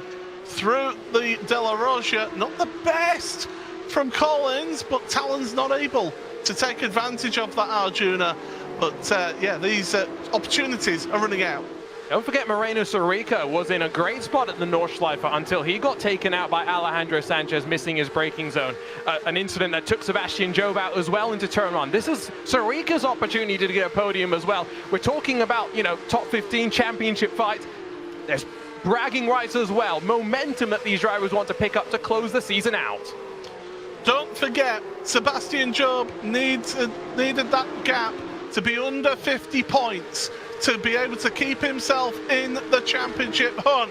They're heading down the back straightaway right now, and it's it's Jordan Caruso from Australia at the front of your field right now. He's heading into the curve at Alboreto for the final time here in this sprint race. He's waited quite a while to get himself a race win. Not got one since Spa-Francorchamps, but across the line, Jordan Caruso. He is provisionally your 2023 Porsche Tag Heuer Esports Supercup champion. For the first time, a smile on his face as well, Paul. With the racing not done and dusted, you know what that meant to Jordan. Tough race for him, but he sticks up front and gets the checkered flag. We say provisionally because, of course, these are provisional race results until everything is finalised. But Jordan Caruso, 1.6 seconds between him and Charlie Collins in the end, with Moreno Sorica 3rd place. Salva Talons 4th ahead of Lasse Bach, Oscar Irine and Oscar Mangan rounding out top 7. Gustavo Ariel in 8th place gets himself pole position for the main race ahead of Alejandro Sanchez and Sebastian Job. Kevin Nielsen ahead of Diogo Pinto with Cooper Webster. Matthias Stuckbeck, Jamie Fluke in 15th gets himself a single point, gets himself into the points this race. Bobby Zelensky, Johan Harp, Luca Kita, Quentin Violate, and the single point for 20th place for Alessandro Bico in this sprint race. Those outside of the top 20, they do not score anything at all. That's Sonnen, Campbell, Zach Campbell, I mean, how a day has turned for him. Tetela, Keitert and Bryn Collins round out your 25-car field. But Arjuna, I said it, provisionally champion because there is a bit of controversy in this this opening race of the day. I really want to take a look at some of those replays and angles from the moment that saw Caruso take the lead at the expense of Johan Hart and Diogo Pinto, because I'm very curious as to how that played out. I don't think we're done and dusted. I think there's still all to play for in the case of Sebastian Job, just trying to work his way forward and grab some more points. It's going to be difficult, yes, because Caruso is going to be just in front of him, but it's all to play for in this final race of the season. It certainly is, but that's not to take away the season that Jordan has had at all. You know, one race doesn't make a season. He has had a tremendous season, and he would be a deserving champion, in my opinion. So, yeah, it's certainly been an intriguing round so far in this one. And the thing is, we're getting enough a race to commentate on because the main race is coming up shortly, and that one, 14 laps, double the fun. Really looking forward to the extended length as well to see how the drivers fare with tires. Let's go back though to that sprint race and take a look at the pivotal moment, see what we can glean from a couple more different angles as Pinto and Hearth ended up in the gravel. Caruso scampers through to lead. First, let's take a look at this TV angle. And so you'll see Caruso has pressure from his outside from not behind. He dives into the corner. I think he gives both Hearth and Pinto a shove looking from the TV angle. But it's always clearest when you take it from an onboard. And so let's first look from Sal Vitalin's perspective because he'll have a great view, Paul. He certainly will. I mean, this is the best cameraman that we could have right here. Gets a nice overview of it. So let's have a look into the Rettifilio. And Caruso, well, that isn't the instant. It'll be after that one. But we'll take a look at that in a second. Here is Jordan Caruso's point of view, Arjuna. Yes, and so I thought for a moment it looked a little bit too calm heading off in towards turn number 1, but regardless, here we go. This is the one where we'll see how tight he pinches himself on entry, trying to protect from Talons. There's contact with Hearth, there's contact with Pinto. I mean, Jordan Caruso's heading to the steward's office at the end of the race. The question's going to be, what does the principal think about that moment? Well, what do you all think about that at home as well? Because that was one of the big talking points of that race. Let's not forget also the incident between himself and Alessandro Bico. I mean, for me, that one in particular would be a slam dunk going into the Parabolica. Don't forget to keep up to date with everything and check out those final championship standings when they are finalised.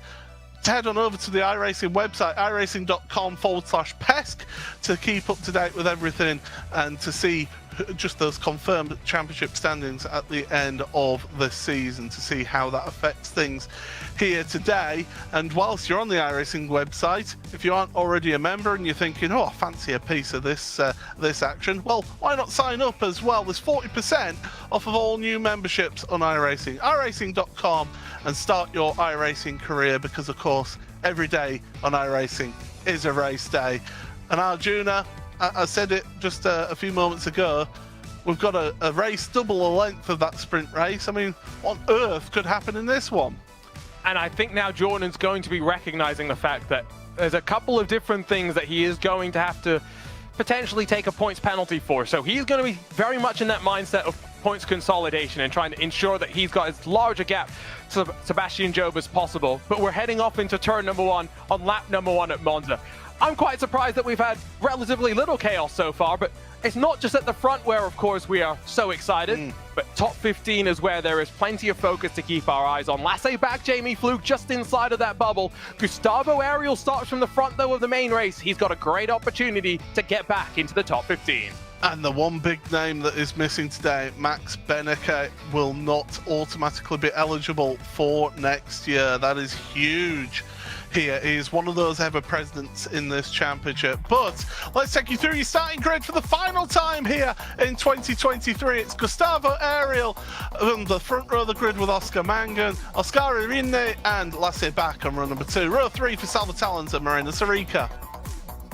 Fourth row for Charlie Collins and Jordan Caruso with Alejandro Sanchez and Sebastian Job. Kevin Nielsen and Diogo Pinto on row number 6. Seventh row for Cooper Webster and Matthias Stuckbeck with Jamie Fluke and Bobby Zelensky. Johan Hearth and Luca Kita round out row number 9.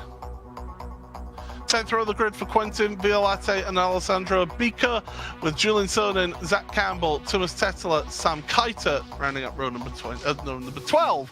And row number 13, all on his own there, is Bryn Collins. Well, we are all set for the final race of the Porsche Tag Heuer Esports Supercup. The revs are rising. Green flag in the air, and we are underway for 14 laps of racing here. Down towards turn number 1, Oscar Mangan getting a good start, a good launch from that front row into the Rettifilio for the first time. 2x2 all the way through.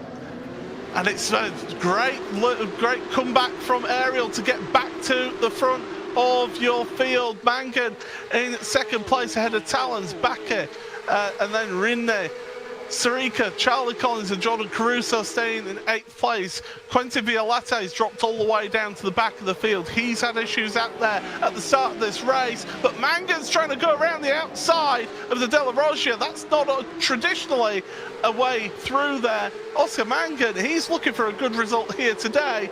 The Altus Esports driver, best result, 5th place at Manicourt. I think he was just trying to carry that momentum into turn 1 safely. Wasn't sure where to take it. Matthias Stuckbeck has been off the road.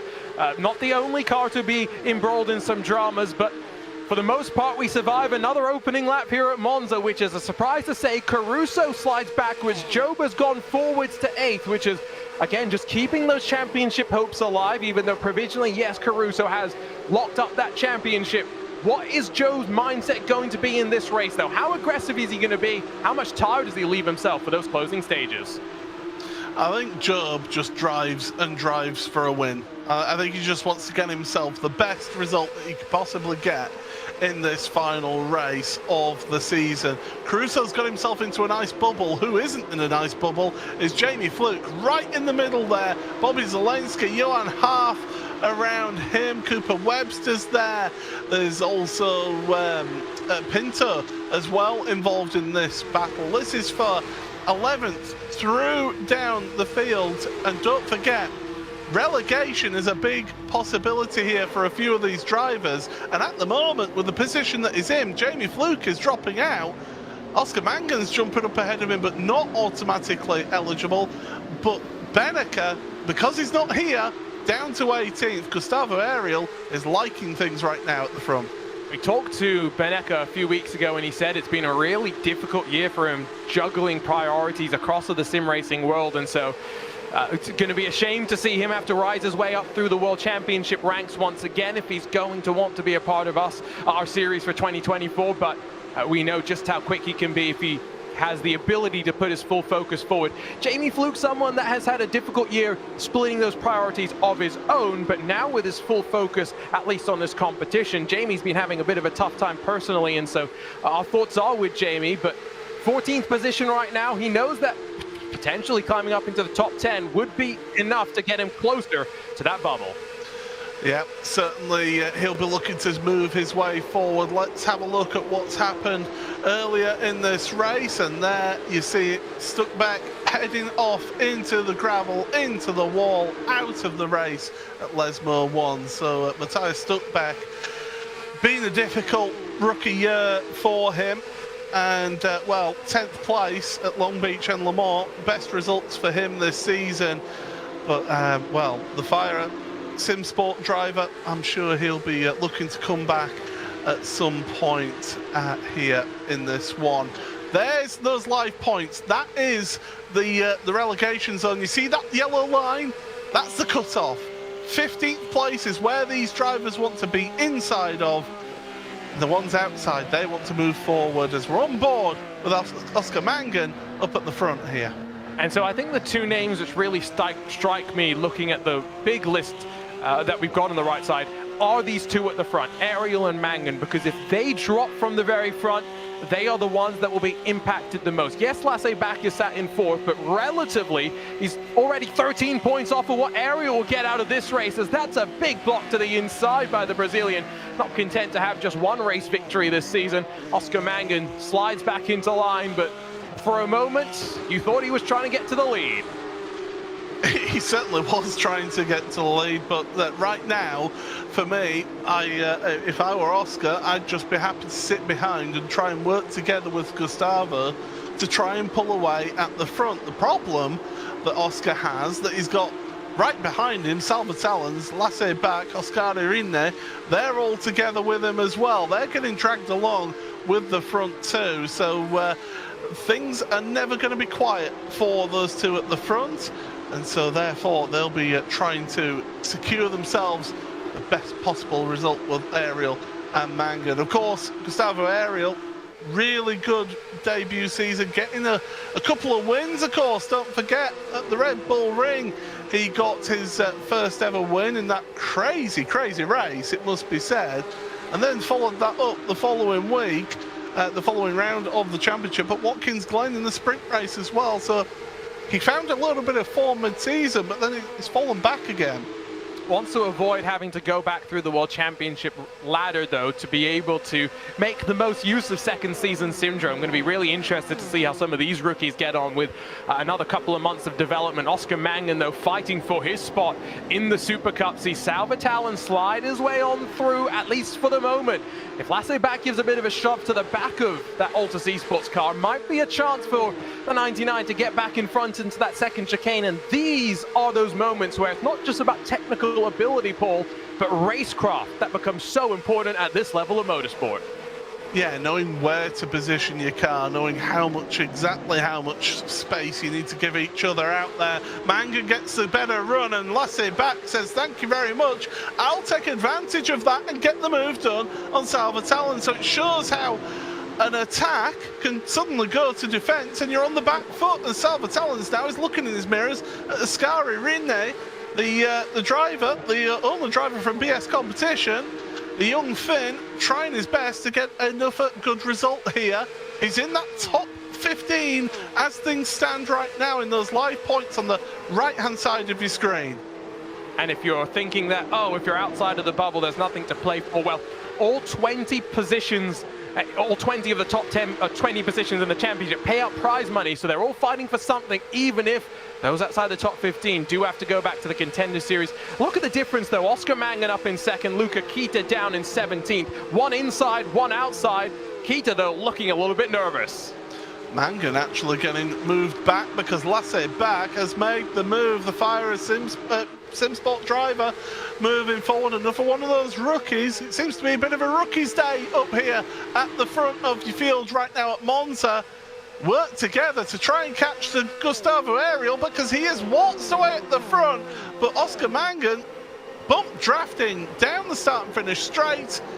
Not able to make any moves for the time being as Salvatalen's is trying to work his way with Ascari Rinne. I think that Oscar Mangan is trying to get this gaggle for second on back to work together and not let Gustavo Ariel pull away. You saw him trying to break a little bit early into that first chicane, but doesn't help when you've still got Ascari Rinne and Salvatalen side by side into the second chicane. Oh! With contact between the two of them. Talons goes very wide. Rinne just about slows down in the nick of time, but Salvatalen's almost slows to a crawl and now has to shed the slowdown as they filter back into line.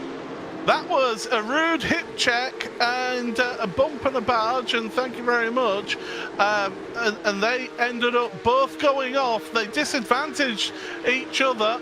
Lasse back and Oscar Mangan will be delighted about that, just to give them a little bit of a gap between themselves and Charlie Collins. It's worth pointing out, by the way, Sam Keiter has got a black flag, I can see, so he's got to serve a penalty at some point here in this race. He's down in 18th, so not being... And Sebastian Job has got the mechanical warning flag. It's a meatball flag. He's going to be out of this race because you have to serve that within 3 laps. And there's more than 3 laps remaining in this race. Now, did that happen at that second chicane where we saw Salvatalen's and company go off? Where did it all go wrong for Sebastian Job, who can't even get down to the pit lane entry right now because there's a Urano GT3 Cup car blocking the path? What does this mean? Well, no matter what happens in race control's booth after this race, you'd have to think Jordan Caruso has enough of a points lead that it is all secure at this point. That's his day done. That is it. Park the car, switch it off. Time to head home, Sebastian. And you could see that look of dejection from Sebastian there. It has not been an easy season for anybody trying to catch Jordan Caruso. And wow, that is huge here today. Big implications for the championship. Jordan Caruso in 9th place is scoring himself some good points. We've still got battling going on though here. Through the De La Roja, Bobby Zelensky's just dropping back. And it was the number 3, Kevin Nielsen, trying to move forward in that Fire SimSport car. And the Urano car is making his way through. That's Luca Kita. So still in that top 15 discussion, Luca Kita has enough of a separation, you'd have to think. And with Gustavo Ariel's lead being closed on down, he's going to be slightly worried about maybe seeing the same fate as what Sebastian Job has had, where he's sitting in had to come down to pit lane, although Sebastian Job is headed back out there with a true championship mindset, Paul, not content to just sit and watch the season fall away from him. Sebastian Job's going to cross the checkered flag to close out 2023. So it must have been just the smallest of damage then that he's been able to fix. So, yeah, it was definitely intriguing to see. But, yeah, down in 24th. We've got one retirement in this race, which is Matthias Stuckbeck. Rest of them still out there. But Sebastian, you could, as I say, that look of dejection, he knew how hard that was. And, of course, the second place is still to fight for in the championship here. Yeah, this isn't over yet in terms of the second place for those drivers as well. So they're fighting for some big prize money up there at the top of the standings as well. And that is, I think, why Sebastian looked so disappointed. And so Zach Campbell has to find, I think it's 2 points, because he does have the tiebreaker, I think, on Sebastian Job. And so with Campbell sitting down in 19th position, if he can find his way up 2 spots, which means finding a route past Tumas Tatla and Alessandro Bico, second would be his. Sebastian Job's only 4 seconds off the back of Sam Koiter, where he would be able to get an additional point to his name if he could find 23rd spot. Still plenty to play for second, like you said, Paul. Alejandro Sanchez, it's worth pointing out as well, he's only 5 points off of Sebastian Job here as well. So that's the reason why Sebastian's gone back out on track. He knows that he just needs to score whatever he can and hope that some others go out of this race as well to score him some more points here. So again, big money on offer here. Alejandro Sanchez gets 6th position. He steals 3rd in the championship away from Zach Campbell. If Alejandro Sanchez can go from 7th up to 5th position, he would get 2nd in points away. So keep your eyes on Alejandro Sanchez.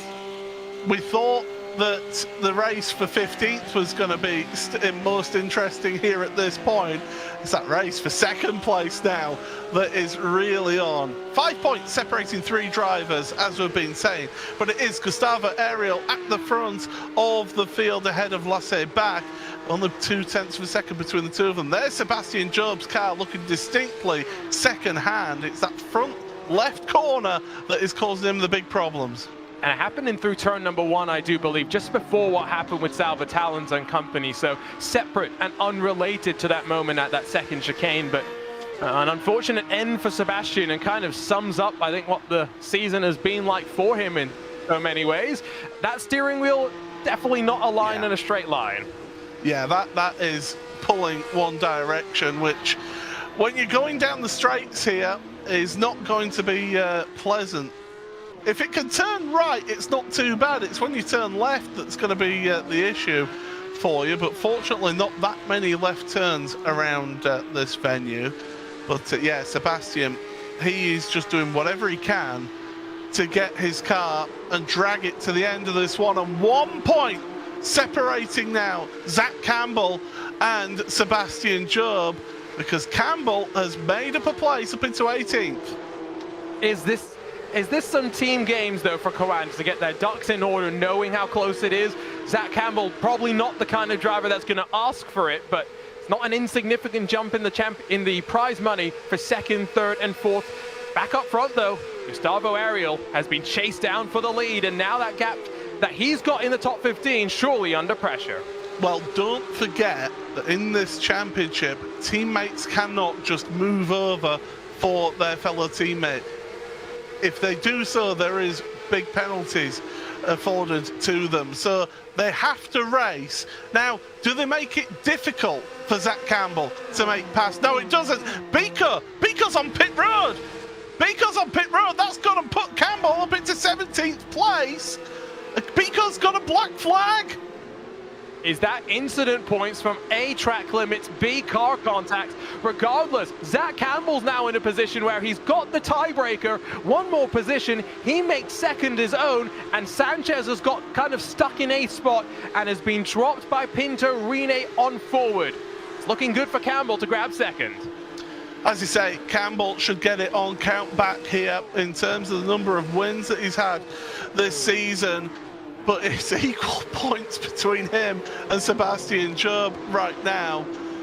My goodness, this is a tremendous end. I mean, we kind of thought that Caruso would win the championship, but you never say never. But this battle for second place is huge, and this is going to go down to the very end. The problem Campbell has got right now is he's got front left damage to his car.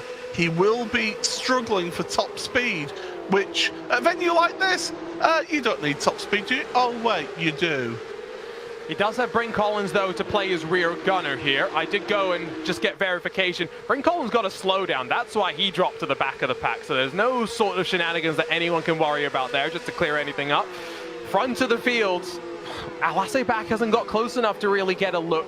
You've got to wonder not what he is thinking about, Gustavo Ariel. It's what Oscar Mangan is thinking, because we saw on board with him a couple of laps ago that he was looking slightly dejected, slightly frustrated. What's he going to be thinking right now as we head on to another lap?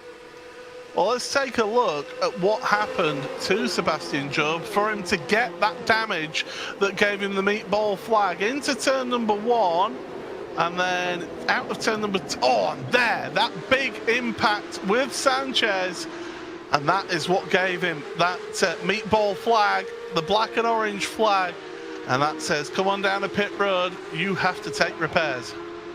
And now there's another chance for Zach Campbell to just get another spot point and get clear of Sebastian Job in this fight for second in the championship, with Bobby Zelensky up the road from him, and then Tumas Tatala, and then a blast of clean air. No draft to help Campbell. He's got to be careful about how many positions he works on forward, but makes 16th his own, and now second goes the way of VRS Coanda and Zach Campbell. Yeah, you see that on the left-hand side of your screen. Plus 1 point between Zach Campbell and Sebastian Job. Zach Campbell, I mean, his best result in the championship is 4th place last year. So getting a 2nd place, that's moving him. It's improvement through the seasons, but I know he'll be disappointed with how this championship has gone this season, even if he does finish in 2nd place. Ducking and diving starting to build, though, and you said this with the All-Stars, that you wanted to be second heading on to the final lap of the race. We didn't really get the chance to see in the sprint race what would happen if we had a real fight drag race to the end. I get the sense that we are going to see that now. And again, just a reminder of how things sit on the top 15 discussion, where at number 16 of Luca Kita, 21 points to the good compared to Jamie Flute. Gustavo Ariel, the one that's really going to be feeling nervous, though, as the challenge for the lead goes to the outside. Certainly does, into the Retafilio. Got to leave space there because Mangan was showing his nose, trying to get involved in that one with Lasse, but no move made between the two of them. Lasse Bak, of course, 2nd place at Spa, so he knows what it's like to get on the podium. Could we have another debut winner in this season? It's been a season of number of winners that have never tasted the champagne. I mean, Jordan Caruso, Gustavo Ariel, Johan Haaf. You think it took 4 seasons for Johan Haaf to take the win, and that was last time out at Le Mans. But we've got 4 laps to go here. 3.5 out of the 2nd of the Lesmos, plunging down towards Ascari. And again, Gustavo Ariel trying his best to weave and trying to break the draft. You got to be careful with that, though, haven't you, Arjuna? Not to be overdoing that. Different series and different drivers will have different opinions on how many times you can go back and forth, but you also are leaving yourself somewhat exposed if someone does get a good run out of some of these corners, looking rearwards from your race leader. Not such a great run for Lasse Bak. I will point out for Bak, for Rene, there are 2 drivers in particular that know that just staying where they are is going to get them top 15 spots and eligibility for next year. There's some other drivers that maybe will be a bit more aggressive. Will Bak and Rene decide that they don't want to be part of what's going to go on in these final 3 laps? Because, boy, you can tell Gustavo Ariel wants to lead. He's gone all the way to the wall. Oh, you've got to be careful with that, though, because there's a grass just comes up on the right-hand side there. It narrows down towards turn number 1, and again, looking to the outside back, and now Oscar Mangan's going to be under pressure because Charlie Collins is filling the void there on the inside. Diogo Pinto as well making some moves. He's plus 7 places in this race is Diogo Pinto. He's on a charge here at the end of the season. He's going to lose his championship at the end of this race, but what a champion he has been this season. Mangan to the inside of Lasse Bak. Oh, is that a slow down penalty for Mangan? He did cut a lot of the chicane there. Drops behind Charlie Collins, and here comes Pinto. Just got a poor run, and now going to try and get back into line. Pinto will slide and clear the Irishman for 4th position, and now Altus drops back to 5th with Mangan. A couple more points that he'll shed in that crucial fight for that top 15. But did you know what Gustavo Ariel did through that first chicane last time by? He slid his way clear of Lasse Bak. Yes, Bak was aware of it, but that's the aggression that you'll see in these closing stages of the season, knowing that the next time they're fighting in the Porsche Esports Supercup will be in 2024 with potentially a fresh slate. Yeah, absolutely. We could be seeing future champions on screen right now at the head of the field. Jamie Fluke is going to place over Jordan Caruso. Caruso, I think he's just cruising out there and trying to get himself just a good set of points and be comfortable going out of this round, because it was 80 points was the gap between him and Zach Campbell the last time that we looked. But again, Ariel weaving down the straight, but Bak has got to be careful of Charlie Collins. Collins has got to be careful with that, because Bak could squeeze him. Thinks better of pushing Collins onto the grass there. That's sensible. Thank goodness Lasse Bak took the sensible pill there. Oh, Collins gets held up a little bit then, but Pinto just can't take advantage. 2 to go, Arjuna. So I was saying, though, if Lasse Bak gets involved in an incident and drops out of the points-paying positions, he may not have such a solid lock on the top 15, and so I would be a little bit worried about some of these moves into the second chicane again. Charlie Collins up the inside, and Lasse Bak will let him go, but more concerned about the run Diogo Pinto's going to try and get behind. These are those moments where there are going to be some giving rather than taking, all just in preparation to see the white flag. Charlie Collins is 1.3 seconds back from Gustavo Ariel right now. Ariel just needs to keep it clean, and he's got a race win here in this race, because he's got a huge gap in the scheme of things here at Monza at the front of the field. It would be Ariel's 3rd race win of the season, 2nd main race win of the season for Gustavo, the rookie from Brazil. Charles Collins 2nd ahead of Pinto. There's your live points with that top 15. Fluke is missing out by 14 points. Fluke up to 8th place now, actually. He's been on a bit of a charge, and he's trying to get whatever points he possibly can into the end of this race. Look at that dive from Marino Sarica down the inside of Oscar Mangan. Oscar Irene and Jamie Fluke say, cheers, mate. I'll take that place. Thank you very much. And, well, it's getting a bit tasty in the bottom half of your top 10 here. They're all backpacked together, almost contact with Fluke and Marino Sarica down the start and finish straight for the final time now in the season. Lay it all on the table, put your cards down and show us what hand you've got, chaps, because this is your last opportunity. And even within the drivers 12th, 13th, 14th, 15th, there are thousands of dollars at play on this final lap of the race, not just eligibility for 2024, but who walks away with the prize money. I tell you what, one thing that I'm pretty confident about, Gustavo Ariel has enough of a lead at the front that not only is he likely to see the checkered flag first and then secure his spot in the top 15 of the championship, I wonder if Lasse Bak's going to hold on to 4th without much drama either, and if it's for 5th where we may see the drag race and potentially 2 or 3 wide. Keiser and Nielsen are out of the race. Sebastian Job has just got himself back into 2nd place in the championship here by running around at the back, getting that repair done. He's got himself back to 2nd place by 1 championship point right now. My goodness, this is going to be really, really tense towards the end here for Zach Campbell. Bobby Zelensky is the one who made the move, but we're heading down the back straightaway now. Gustavo Ariel, don't weave about. I think you've got enough of a lead here as they're heading into the final corner, the curve at Alboreto. And the young man from Brazil, it's his rookie season. What a season it has been. It has been hot and it's been cold, and there's the finger. Oh, look at him. He's so happy. Comes across the line. He's once again a race winner here in the Porsche Heuer Esports Supercup. The rest of them coming through across the line. Collins, Charlie Collins and Diogo Pinto round out your podium ahead of Lassie Baca, Marina Sarica. But Jordan Caruso, there you see the banner. He comes across the line in 12th place and secures himself that Porsche Heuer Esports Supercup Championship of 2023. I don't think we can say that he steals the title of Captain Consistent from Diogo Pinto. We'll need to come up with a new nickname for Jordan Caruso.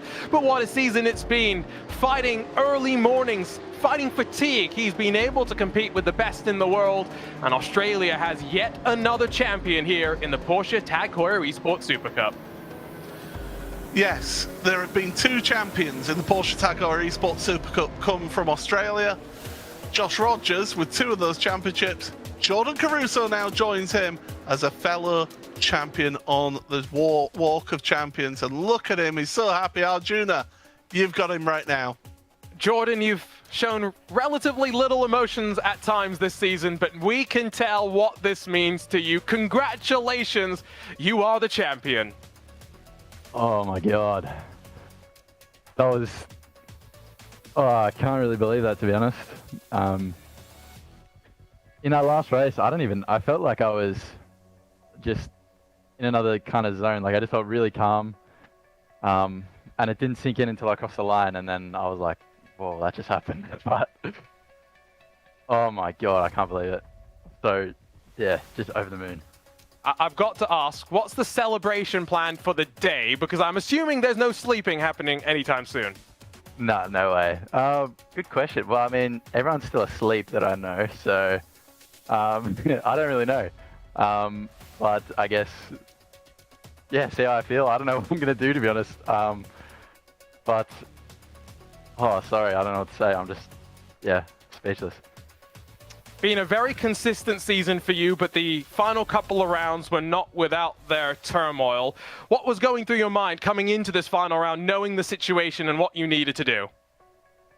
Yeah, I don't know, like, Nürburgring and Le Mans, I felt okay, but I'd sort of lost the pace that I had earlier in the season. So for this one, I was like, nah, I'm not doing anything else. So I've been grinding over the past 2 weeks, just doing absolutely everything I can, make sure I didn't miss anything with quali or race pace. And yeah, that was my mentality. Basically, put everything behind me and just focus on this one last round, try to do as well as I can. I didn't want to be... I feel like the better your pace is, obviously, the less vulnerable you are in the races. So I really just worked on race pace and obviously quali as well. But yeah, I mean, I just worked as hard as I could. And yeah, I'm so happy that it's paid off. I think that's 3 race victories, 2 pole positions, and the championships. Congratulations on a great 2023. We'll see you next year to defend it, hopefully. Thank you so much, guys. Also, wait, sorry, quick shout out to everyone who's supported me over the year. Obviously the team, Logitech Esports, and some of my friends and family who are up right now watching. Thanks so much for your support. It means a lot. And yeah, just thanks a lot. Altus have a world champion. We'll head over to the winner, though, of our main race, because more emotion from Gustavo Ariel is always great to see. And Gustavo, seems like provisionally you've done enough to get up into the top 15 as well. How do you reflect on your rookie season now that it's all in the books? Well, unbelievable. I just want to say thank you everyone who's supporting me. Yeah, I was on a high and low seasons. I had a very difficult first part of the season, and on the mid-season I went to races, so now yeah, I'm there on the pace, and to be honest I relax a bit more. And when I saw, oh, now I'm going to less than top 20 again, so yeah, let's focus, let's work, let's keep working hard, you know. It is always difficult because a little detail can change everything, so yeah, that's a lesson for me, you know, how to work properly every round, every corner, every single way to do the setup. So I'm so happy to put my job on track again, to win 3 races this season. Of course, I think you said that Jordan won 3 races, but I'm down the championship. But anyway, it's good to hold the license. It's my rookie year, so I'm so happy to put a Brazilian team and the only Brazilian driver on the series, the only Brazilian driver to win on the series. So I'm so grateful for everyone supporting me, all the team, all the sponsorships, my girlfriend. It's been a lovely season, and I enjoy a lot. You lead me into my next question. You are the only Brazilian representative in the championship, but next year, are you going to be looking to add to the numbers as part of the TXC Racing by TK crew? Yeah, for sure. Will be very good to have more drivers in the championship, more Brazilian drivers, and we help each other on the team. So it's very good because we're learning a lot how to manage the team, how to do the proper training, how to increase the R rating to do the top split on endurance races. So it's like a family. So I'm so grateful for the opportunity that TK is giving to me, all the guys on the staff of the team. So yeah, I'm so proud of everyone who's supporting me again, and I just want to say a big thank you and thank you for the sponsorships. And yeah, let's go for the next season now. It will be exciting. Second season syndrome. Can't wait to see what we see from you, Gustavo, in 2024. But Paul, what a way to close out the season. Let's take a look at those results. Yeah, absolutely. Gustavo Ariel, deserved winner here today in this main race. Half a second clear of Charlie Collins in the end, who just pipped Diogo Pinto for second place over third. Lasse Bach ends up in fourth ahead of Marina Sarica. Oscar Rinne in sixth place ahead of Jamie Fluke, who fought as hard as he could to get up as far as possible. Alejandro Sanchez in eighth ahead of Salva Talens, with Oscar Mangan ran out in the top 10. Johan Half ahead of your champion Jordan Caruso in 12th place, with Cooper Webster, Luca Kita, Bobby Zelensky. Zach Campbell did all that he could to try and score as many points as possible, with Bryn Collins 17th. Thomas Tetteler, Julian Sonnen, and also Quentin Violate. Biko Job in 22nd. We think that's enough to get him into second place in the championship, with Kevin Nielsen, Sam Keiter, and Matthias Stuckbeck all retiring from the race. Let's have a look then at those points, and it is Jordan Caruso with 511. He wins this championship, but Sebastian Job, a single point between him and Zach Campbell in the end. That just goes to show how close this championship could be, and Charlie Collins getting himself up into fourth place in the end. Sebastian Job shows as well that championship spirit, right? Even though the honor of number one was gone from any chance of him getting there, he still knew that he had to get back on track to be able to do what he could to grab second, and the prize money associated with that. Charlie Collins does a great job to leapfrog his way up into fourth. But I look at that top 15 and I go, boy, there are some strong names. I look outside the top 15 and I'm like, boy, the Contender Series is going to be even tougher than it's ever been. Yeah, Fluke and Beneca, two ever presence in this championship. If they want to return, they've got to qualify. There's the rest of them that do not automatically count themselves as eligible for 2024 here in the Porsche Tag Heuer Esports Supercup. My goodness, what a season it has been, Arjuna. And well, we've got it all to look forward to, because of course, coming up after, well, later on this year, we've got qualifying and then the Contender Series for next year's championship. The road to the World Championship is not easy. It is one that takes you through several stages, all the while fighting with the best that iRacing has to offer. Qualifying series is open to everybody. Contender Series gets whittled down to 30 drivers, 15 from the Super Cup, 15 from the qualifying series, with just 15 spots on the line for the Super Cup. World Championship licenses don't come around too often, Paul. And while I'm not at the caliber to compete, hopefully I'll get to be talking about some of this racing later on this year. I might have to get the driving gloves out, although according to Quirk, I'm not fast enough. Anyway, final thoughts on the championship, Arjuna, because it has been an absolutely tremendous one, as in fact we just lose Arjuna there, unfortunately. Yeah, it's been a tremendous season. don't forget, if you are new to iRacing and want to take part, then do check out iRacing.com. 40% off of all new memberships. Arjuna, very quickly then, thoughts on the season? Your first season in this championship. Apparently, I'm so excited that I want to jump off the sim and go and jump into my car and head out into the real world. It's been so much fun being part of this series. You and I have seen some of these qualifying journeys in the past, and now having been a part of this top level, I'm so excited to go back to the qualifying series and see who's going to shine bright, who will be here in 2024 to battle for the crown. We see a brand new champion here in 2023, Jordan Caruso from Australia. It has been a well-deserved championship from him. He's done it very, very difficult ending to the championship. A little bit of controversy, but we think that he's got enough points to be able to call himself the 2023 Porsche Tag Heuer Esports Supercup champion. Thank you to everybody from behind the scenes here at iRacing, to Porsche as well, our commentary team here, Paul Smith, myself, and Arjuna Kankipati, for bringing you all of the action. Make sure you join us sometime soon for the qualifying. Until next time, it's goodbye.